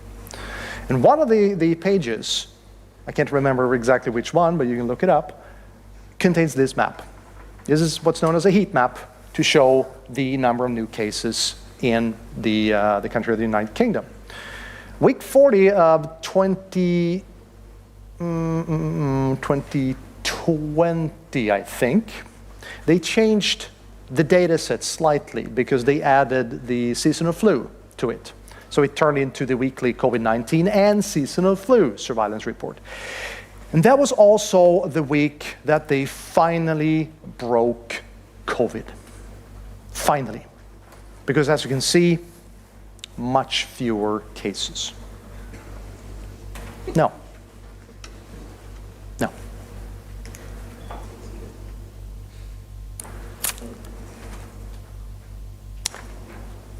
There is no mention of a change in the key between these 2 weeks. None. The only way that you can see this is by looking at the reports side by side. They are not lying to you, but they sure as hell are not telling the whole truth. This is not okay in any way, shape, or form. Do not ever do this to your audience, your colleagues, your clients, your pets. Just don't. What can we learn? Well, people have a limited attention span. Squirrel! That's how we work as human beings. Always be careful with maps because we tend to ascribe a value relative to the size of the area. Remember, land don't vote, people do. And also, visuals are extremely powerful. We see what we want to see. So my goal was to show you how easy it is to trick yourself with data and with visuals. When I started building this session out a couple of years back, I wasn't expecting to find quite as much hilarious examples that I did. I mean, I spent months just looking at the internet and laughing my ass off. It was great. Until it wasn't. Because when I came to realize just how many people who daily fall for this, they're being deceived by information that's just in any piece of information, any paper, anything out there. Every day you can pick up something and there will be something in there that's just not true. It wasn't funny anymore because I know data reasonably well. I get tricked. How about the normal people that don't spend an inordinate amount of time looking at data? Well, you're up shit creek. The question then becomes, are we doomed? Are we completely screwed as a species? No. No, I don't think so. Unless we choose to be. Willful ignorance is rampant, but I still think it's possible to make people to be able to sort of kind of to think for themselves. Because what if the solution is about as obvious as it's rare, right? It's called data literacy. We know automatically how to interpret a red light. Red means stop. Come to Amsterdam, red means dead. Do not walk into the bike lanes, just don't. We know that we should not buy things from a guy in an alley going, I have things for you. We just, no. We know that we should not eat yellow snow. We know these things. How do we know these things? We weren't born knowing these things. We were taught at an early age. What if we take this common sense, that's anything but common, and we teach our kids? To be fair, the people in this room, we're too old. We're done. Yes, we can absolutely learn, but that's not the problem. We are not the problem. Our kids are. The people coming in the next generation, those are the big problems, because they are going to look at the information out there and take it for granted, take it as truth. So what if we could just teach this concept in school? What if we can stem the flow of this information by upping data literacy just slightly? There are a lot of great books that I can highly recommend you to go through. It's a deep rabbit hole, but by all means, go down it. Don't blame me for finding a new passion. It's awesome. There's so much written on this specific subject. During this 50 minutes, we've seen examples of everything from just about innocent mistakes to lies. What can we conclude? We can conclude that with great Power BI comes great responsibility. Sorry, I had to sneak Power BI in there. And I cannot stress this enough. As a data visualization professional or someone doing anything with data visualization, you have a responsibility. Do not take that lightly. People see exactly what we want to see. I can figure out what you think and take that into account, and I can create a narrative that is going to play straight into your preconceptions. Anybody remember Cambridge Analytica? Yeah, that's exactly what they did. And it kind of worked. I think increasing data literacy is absolute key. Without it, we are doomed. And I think data literacy is essentially the only thing that's between us and certain doom. I want you to become more data literate. I want you to help people around you to become more data literate. I don't think we're doomed just yet. Be observant. Be curious. Be literate. Maybe, just maybe, you will not get burned. My name is Alexander, and I thank you so much for this. Thank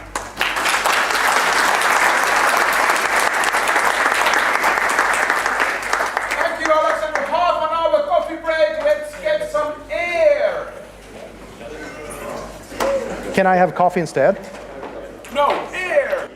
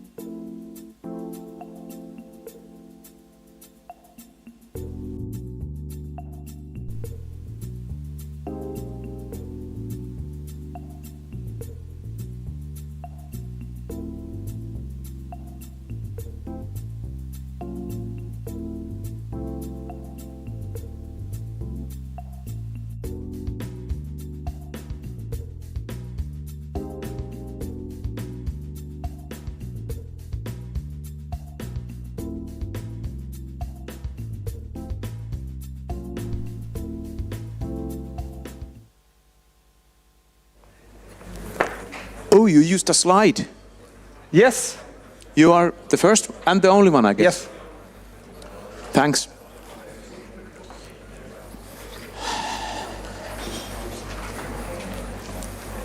That's... You can have it. Do you want? No, that's... Oh, no, that's yours. That's mine over there. If you... No, it's okay. Oh, okay, cool. Oh, cool. Yeah. Just went from one thing.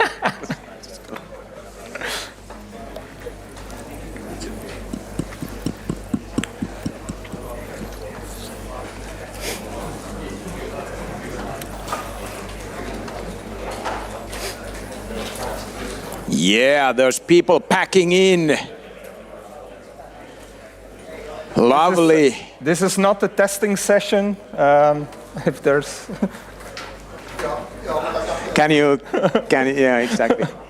The testing session is in the other room. All right. Let's soon start the last presentation of the day. For the stream, after Glenn's session, we're going to have a short break and then we're going to have the panel. And as is usual, we won't stream the panel. So that will be on premises only. In this room, we will open all the doors so we hopefully can breathe here. Cool. Gert, I don't know how to pronounce your name, man, I'm sorry. I keep butchering it. One thing to say, after Glenn's session, we are going to give you a QR code and you could fill in the survey for the first day. So you can, in your back of your head, you can kind of think which sessions you preferred today and these kind of things. Because tomorrow we will award one survey giver a drone. So it's advised you fill in the survey. Lovely. I shall now get off stage because on stage we have Glenn!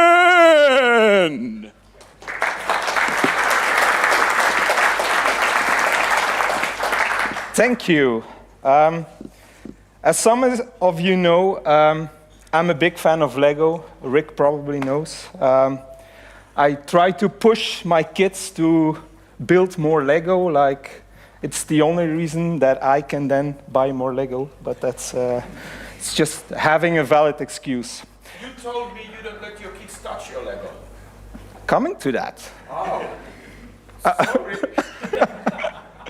So this is a picture of my son's bedroom. And this is actually one of my first Lego sets I got from my parents. I've built this with my father, my mother, and I now built that with my sons. It's actually a set of 1994, the pirate ship.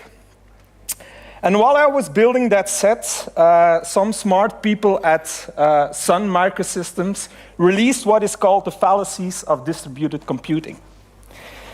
It's a set of misconceptions that developers, architects, and people that are building or designing distributed computing systems make when they are doing that work, that architecture work or that development work. So these are these fallacies. I'll give you some time to take those in.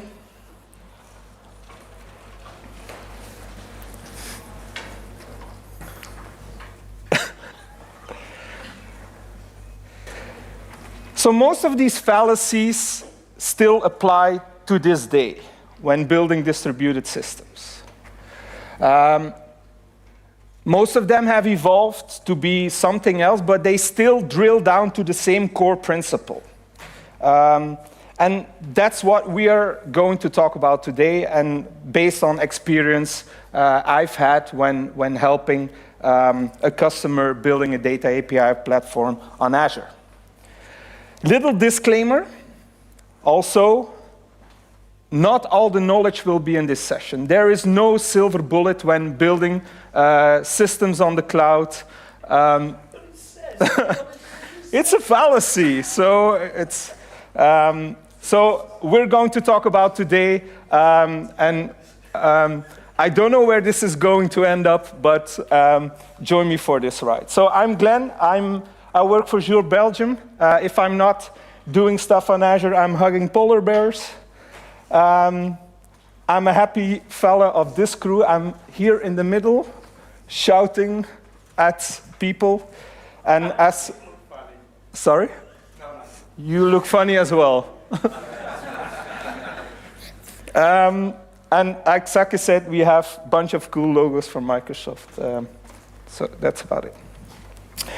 So let's talk a bit on the project here. So the case that we're going to discuss today is Nexport International. They're a data and API platform based on the Port of Antwerp. And they are trying to, the goal there is to improve the logistic chain and improving collaboration overall between every party involved within that entire chain. For example, if you ship a good from the US to Europe, for example, sometimes more than 10 parties can be involved in that entire chain. So if we take a look at the industry itself, at the entire logistics, many of the companies there still operate in silos. So they're very on their own. They have all the data necessary or all the processes in place to work on their own island. And that's a bit of a problem. The entire industry on its own is also still very based on paper. People that are doing truck movements or need to do truck shipments still have to have a paper-based declaration of the goods that are in their truck. IT legacy is still a big problem in that entire industry, and of course, they're still using one of our favorite programs, Excel. It's still heavy based on Excel, and you see IT legacy is a big problem there. So as said, Nexport is trying to change that mindset by really bringing those partners together and transforming the entire collaboration. This is important as companies to remain relevant in this world because the world is changing. There's more and more regulations coming. We see a new trend of renewable energy popping up also in the supply chain. And therefore, for those logistic companies, it's important to remain on the edge of technology and try to shift a bit in their mindset and to solve their problems when they are working with the data they have. And as said, to solve problems, you need data. And a lot of, as said, the companies operate in their own silos, so they perfectly know where their own data is, and they perfectly know how to work with their own data. But to really have visibility across that entire chain, we needed that data from other parties, we need data from other sources, we need data from that entire chain. All of that data in a fairy tale world, all that data would have the same format, everybody would use standards, but of course that's not it. So the ultimate goal of the platform is to really bring that data together, to harmonize that data, to chain it, and to have a visible end-to-end view on that entire logistic chain, that entire shipment, or that view across all the partners. So it's really about bringing parties together and making data accessible for anyone who is authorized. And that's a key figure there. So not everybody is allowed to see certain shipments or containers or anything else. When you ask data to the platform or you put data into the platform, you need to prove that you're allowed to see that data, or you need to prove that you are eligible by the people putting data in the platform, that you are allowed to see that data. More on that later. So some statistics. So the platform has been in production for half a year now. And on a monthly basis, we're processing around 1.7 million outbound messages, handling 2.2 million API calls. We handle truck movements within the port of Antwerp. Truck movements like if they need to go and do a cleaning of tanks. So we handle that through the platform. We handle shipments, and we have around 1,000 users on the platform and 100 global big companies registered on the platform, consuming our APIs, exchanging data, and using the platform as we go. So on the architecture. So how we started designing this platform is we initially started talking with the stakeholders. And there they gave us some key focus areas or some things that were important for them, but also for everyone else. So identity and access management was crucial. So we're working with external users, people with external identities, and it was important that everybody could register without any holdbacks. We had a vision of being an API-first platform. So we really tried to change the world and tried to force everybody to go or to come into the platform through APIs. That might have changed over the months, but more on that later. So the people at Nextport really aimed to be as close as standards as possible. They didn't want to have many modifications, so it was a focus area that we need to be as close to standards or to using standard services as much as possible. Data security was also important. Data needs to be secure because we're talking about sensitive data for parties involved. And of course, this is a Microsoft conference, so our focus was everything on Microsoft and on Azure in particular.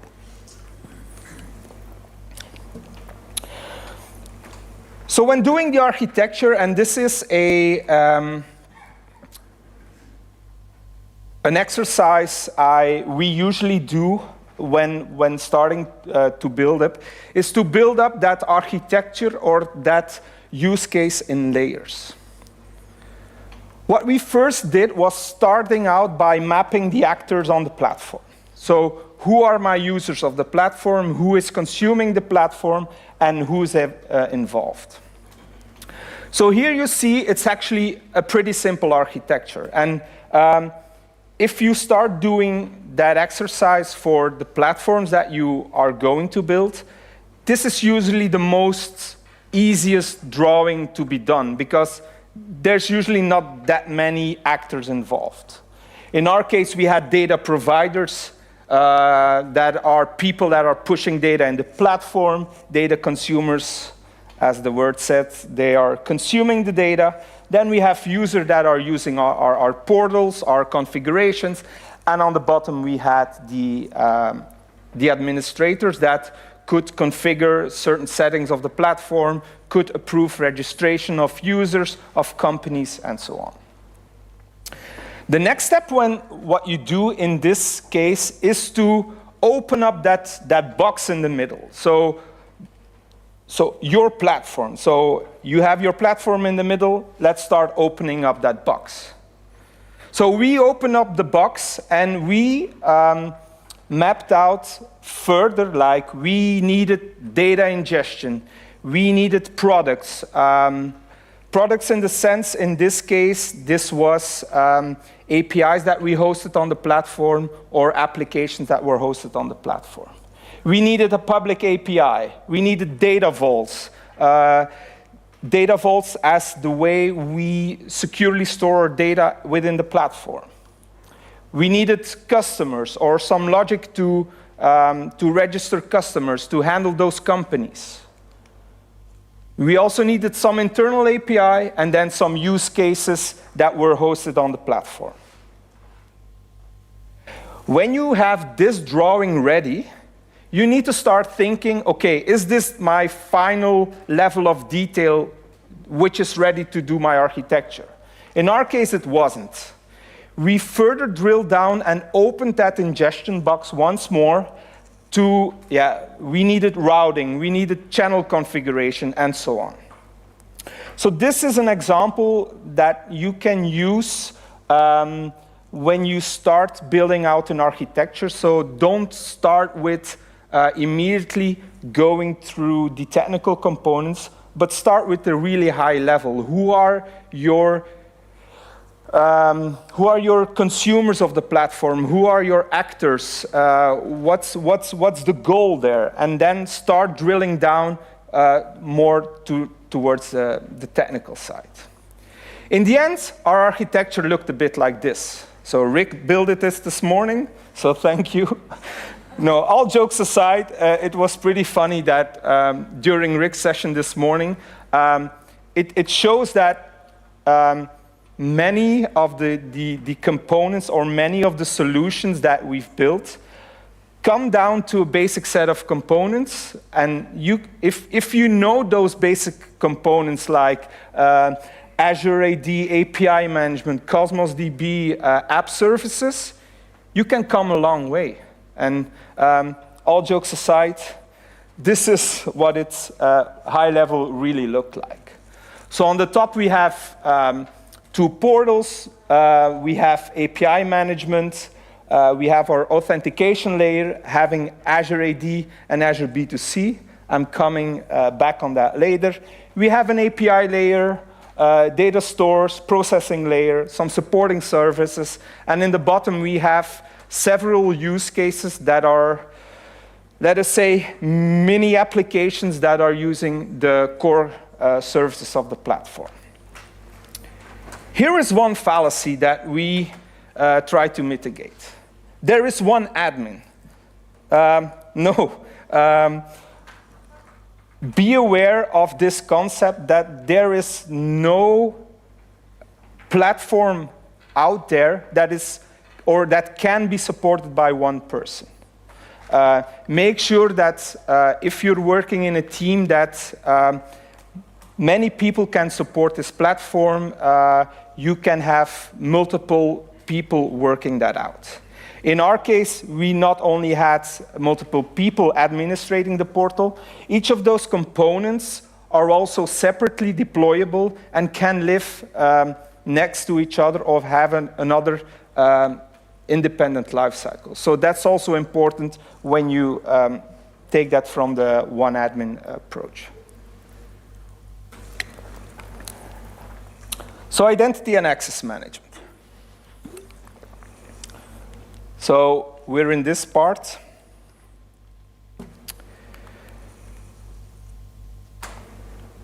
We started this platform, I think, year and a half, 2 years ago. And then the choice of technology was pretty clear. we had to use external identities. So Azure B2C was an easy choice. Like in Rick's session this morning, Azure B2C written down. But then, I believe it was somewhere last year, Microsoft announced Entra External ID or whatever it's called. And then we had to start rethinking our strategy. Okay, how does this impact us? Is Azure B2C still a valid choice? Is it not? Do we move everything to Entra External ID? And here's another fallacy. If you're building software or platforms or cloud platforms, be aware that change is coming. Topology will change. Services will be deprecated or will have another name in the end. So Rick mentioned this morning that most of his friends are still recommending Azure B2C. And I want to dig a bit deeper on that. So if you compare Azure B2C with Entra External ID, so Azure B2C is, from my point of view, there for your mature production-ready identity solution. It has support for the advanced authentication scenarios, and it has really the possibility for you to do some changes in the sign-up flow, change the pages, influence the look and feel of the pages. The only downside there is no support or less support for device code flow. And this is where Entra External ID comes into play, where we see that Entra External ID is a valid choice when you're just on your starting journey for production, when you don't have needs for immediately to go production or have really simple scenarios when you're moving to production. So be aware that new feature will land on Entra ID, but maybe also on B2C, as I saw some new features popping up like last couple of weeks. Where Entra ID stands out is the fact that it's more, it has more modern support for DevOps practices.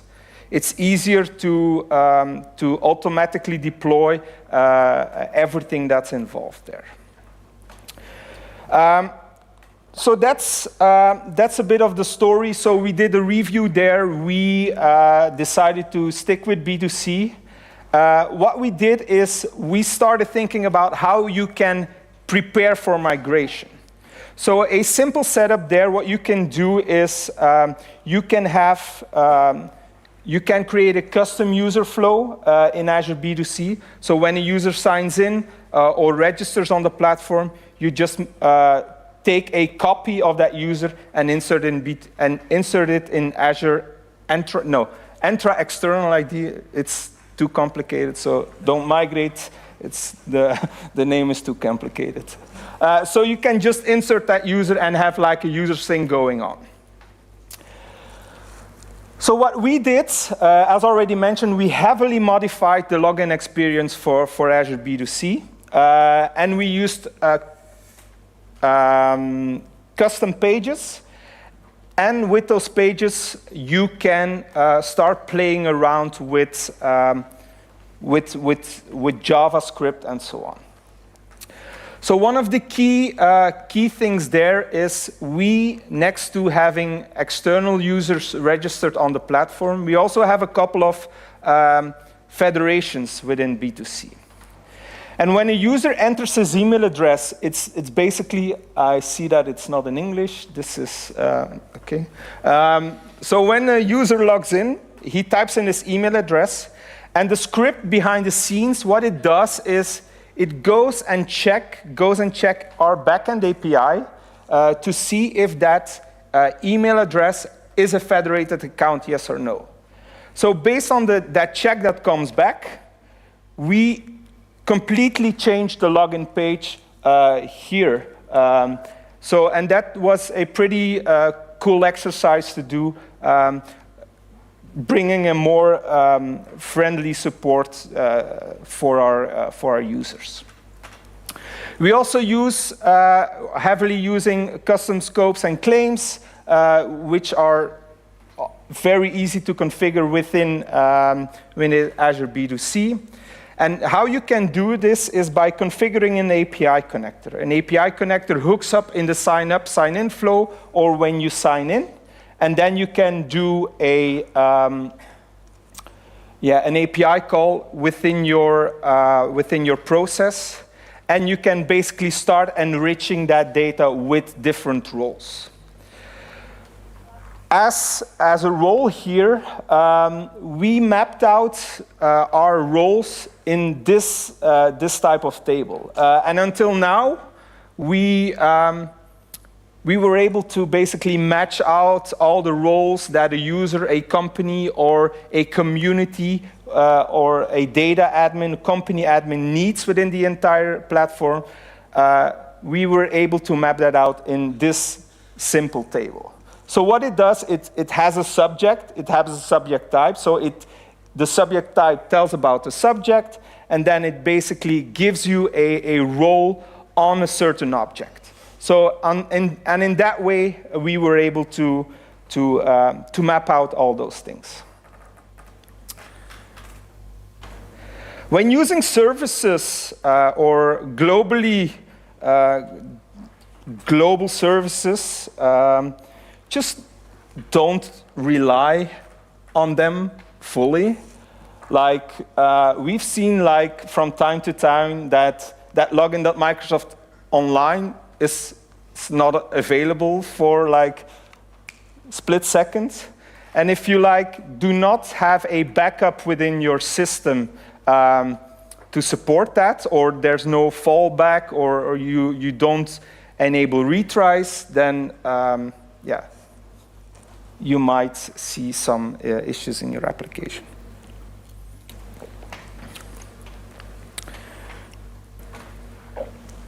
We also heavily use managed identities. I believe Rick also mentioned that this morning.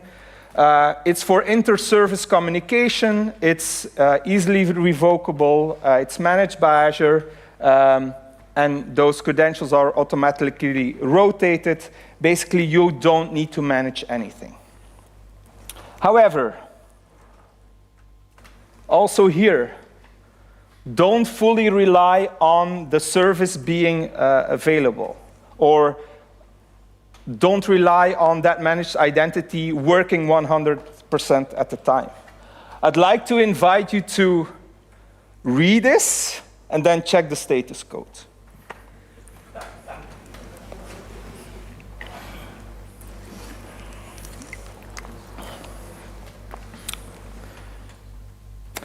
Same thing happened here. At a given point, we saw that letter in our service bus queue with the error, authentication failed. Done.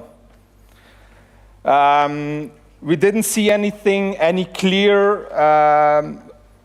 in our logs that figured that out. And when we digged a bit deeper, what happened is we tried to contact SQL from our application and just got an operation canceled exception.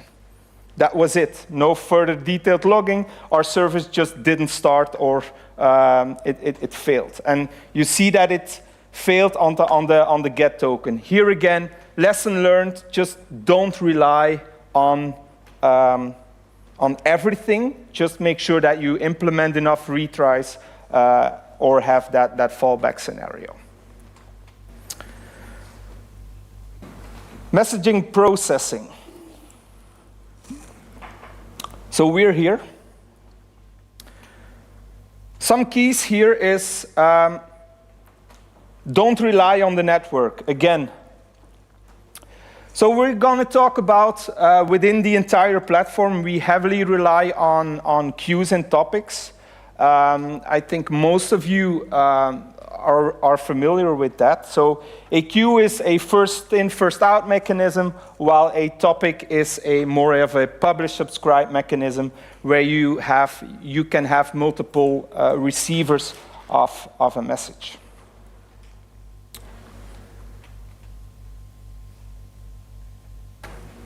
We have a lot of partners that we integrate with or we need to send messages to. And as always, we fully rely on the network being available, so we just push that message down the throat of our partners. So that's not true. So we use something like store and forward pattern where when a message comes down or starts or enters our outbound function, so our function that is responsible for sending messages to external partners, the first thing that we do is we store it in a queuing system, and then that function will just start sending out messages towards our external partner.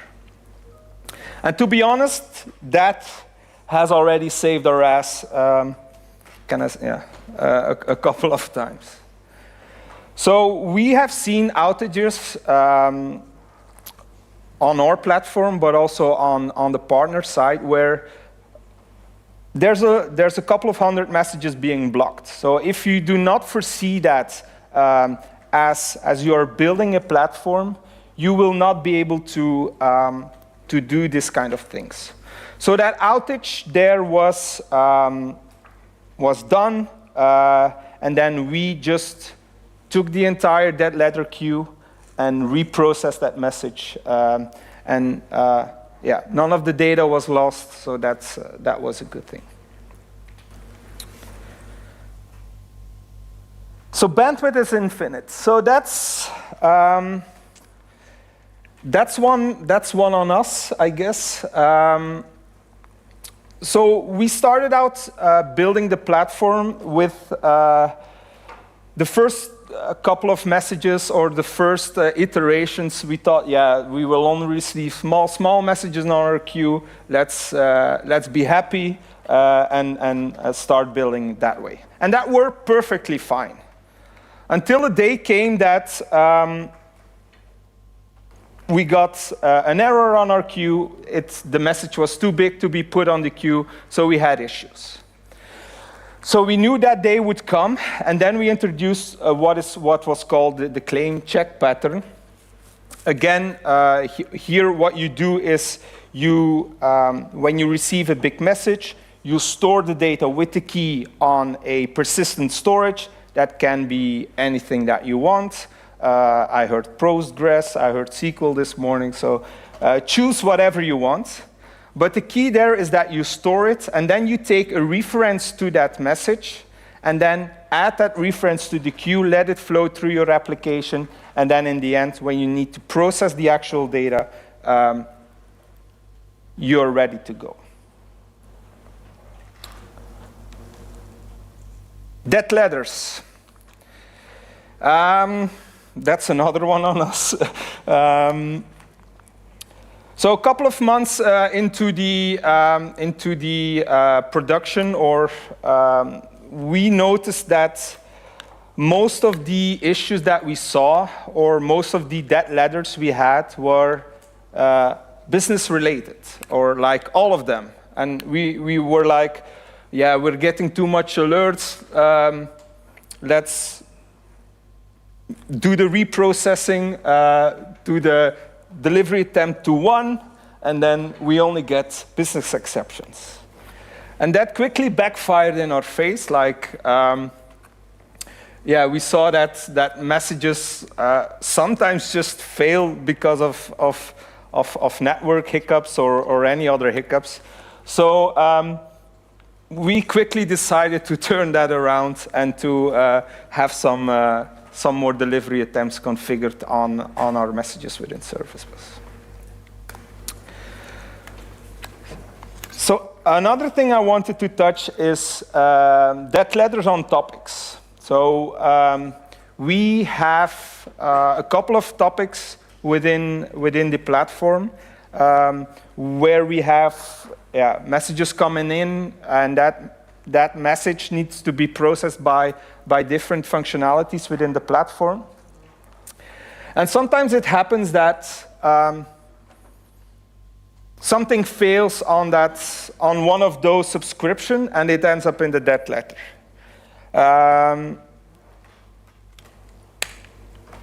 What we saw there, if you want to resubmit that message and you put it back on the topic, your other consumers will also receive that message again if your filtering is done in a very specific way, or it's very generic.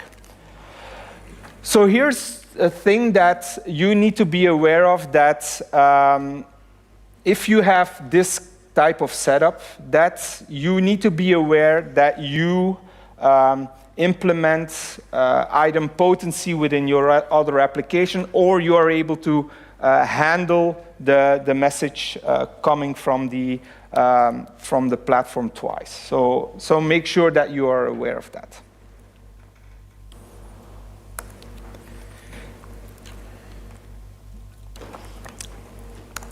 Data processing. As already said in the beginning, we aim to change the world.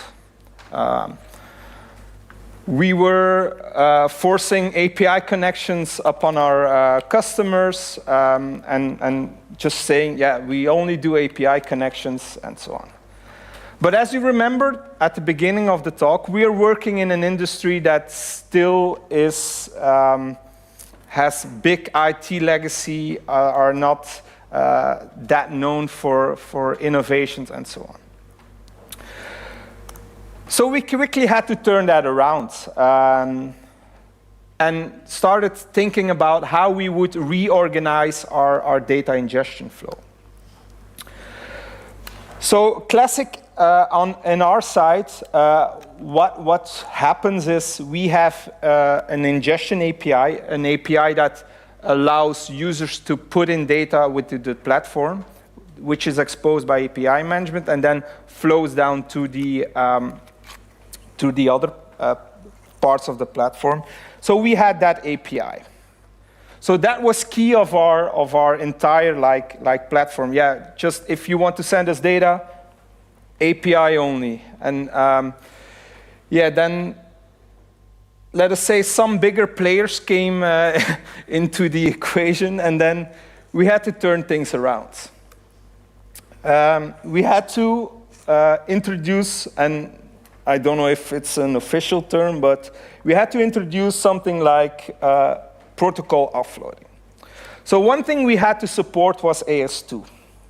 And for people that know or have been in the integration space, like AS2 is still very commonly used, and it's sometimes it's painful to set up or to get that connection going. In Azure, you can use logic apps with an integration account to configure an AS2 connection. So the approach that we did there was, the goal of this setup was to allow partners to connect over AS2, but we decided to not put any business logic or any parsing logic within that system. So the main goal of that logic app or that setup was to just support the protocol and offload that data as soon as possible to our main internal, our main ingestion API. Same thing with SFTP. Apparently still a lot of companies use SFTP or FTP or something like that. But here again, we did not add any logic to that. The main goal of that SFTP or that function that was processing the SFTP message was to take in the blob that was on blob storage. So we're using, maybe I should mention that. We're using SFTP on blob. It's super simple to use, actually.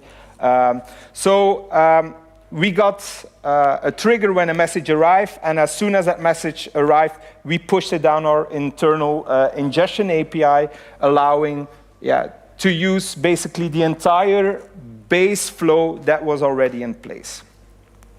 The end goal of this is when those customers decide to ditch AS2 or SFTP or any other protocol that we support right now, that they can easily switch to the new system. Monitoring. If we look at our architecture, monitoring is key here.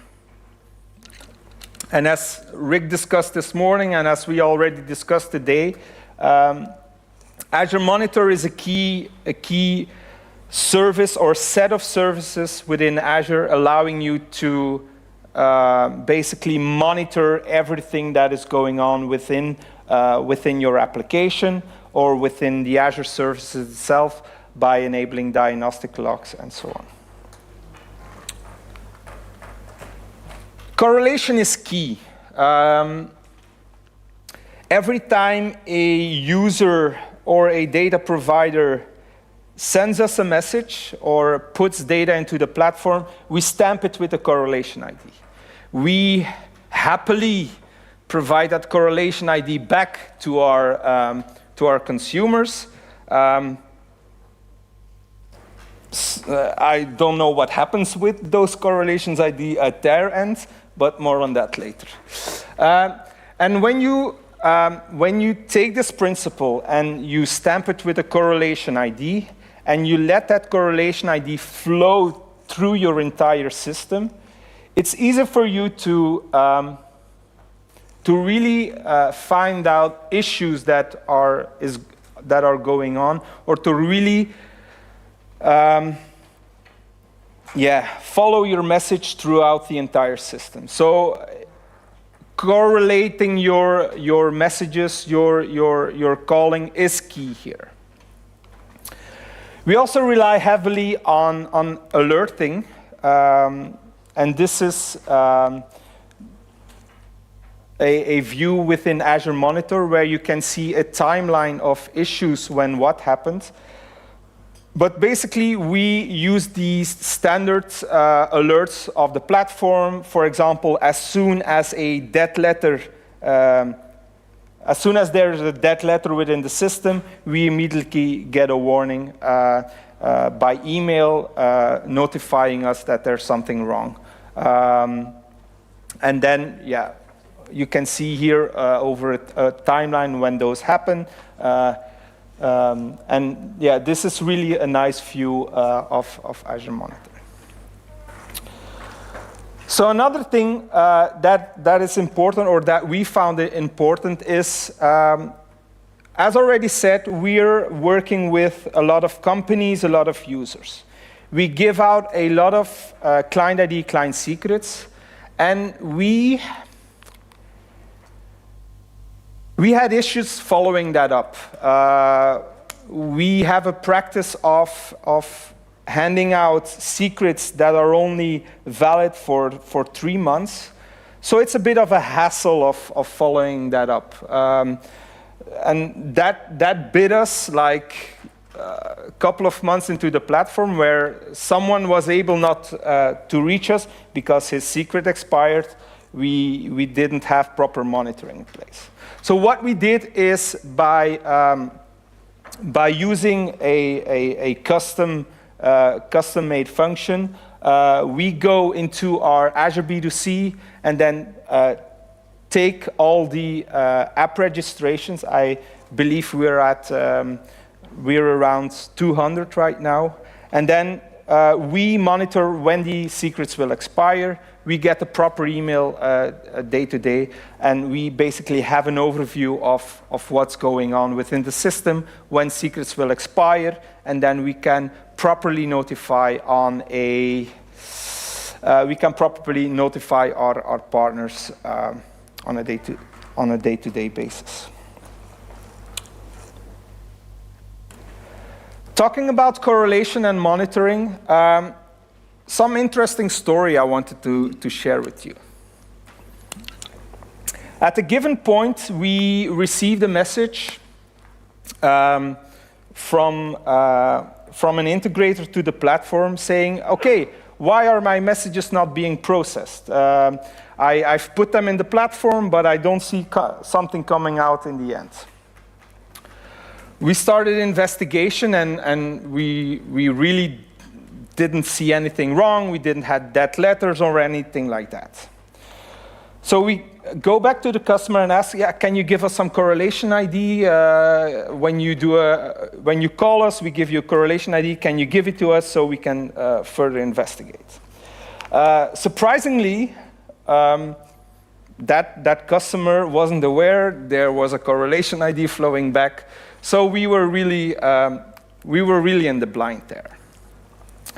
So what we did is, we digged a bit further, and we opened up API management, and we started looking at some of the metrics over there.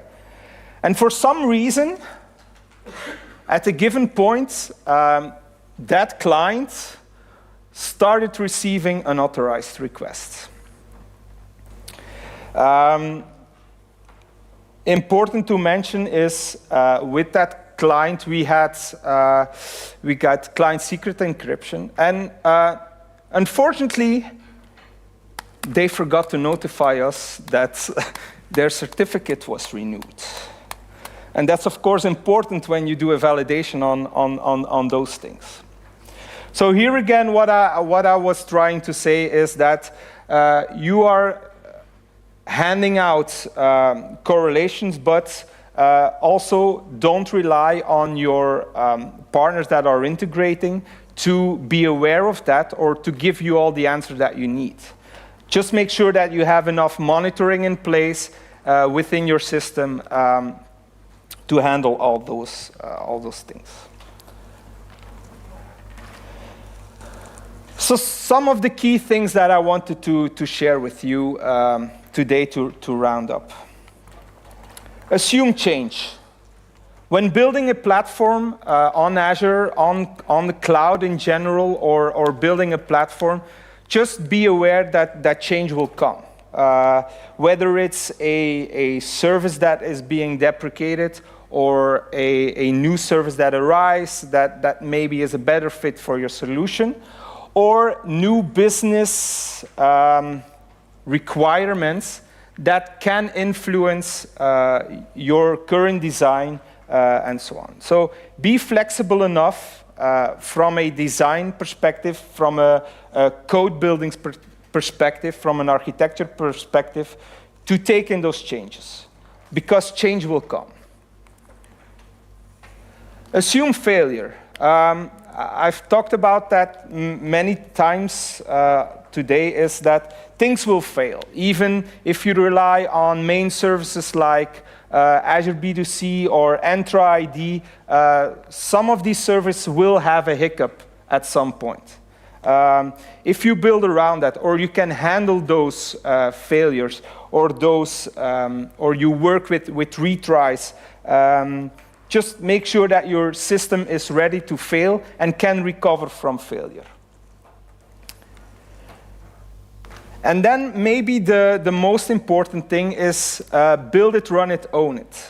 So if you're building a system, go in there with a mindset that you need to run it on your own, and you need to support it at some point. Because then you will always think twice on how you implement things like monitoring, alerting, and so on. And that's a key thing that it's a bit of a mindset when you start building for cloud or start building an application. You just need to take ownership of it and be ready to support it on your own. So with that said, thank you. I'll have some time for questions. Or not. 2 minutes. 2 minutes for questions. Or you can drop by. No questions. Thank you then. Oh. Awesome. Yeah. Was there any SLA agreement with the customer? You said it fails, so. There were a couple of... Sorry, I will repeat the question. The question was, were there any SLAs agreed upon? For some things we had SLAs, and yeah, sometimes it's really difficult to support those. For example, if a message fails on one of our processing functions and it's a business-related error, then it's difficult to have. But we had an SLA that messages need to be towards the end customer within 1 hour. So that was quite a heavy one from time to time. Anything else? You can... Yeah, you can't. So, to stream, we bid for this day adieu. Thank you for following. All of the materials from 2 days will be in YouTube uploaded. If something caught your attention during today or tomorrow, you can, feel free and catch up through YouTube. All the presentations will be there, as recorded today.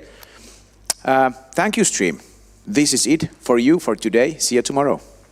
For the rest of you here,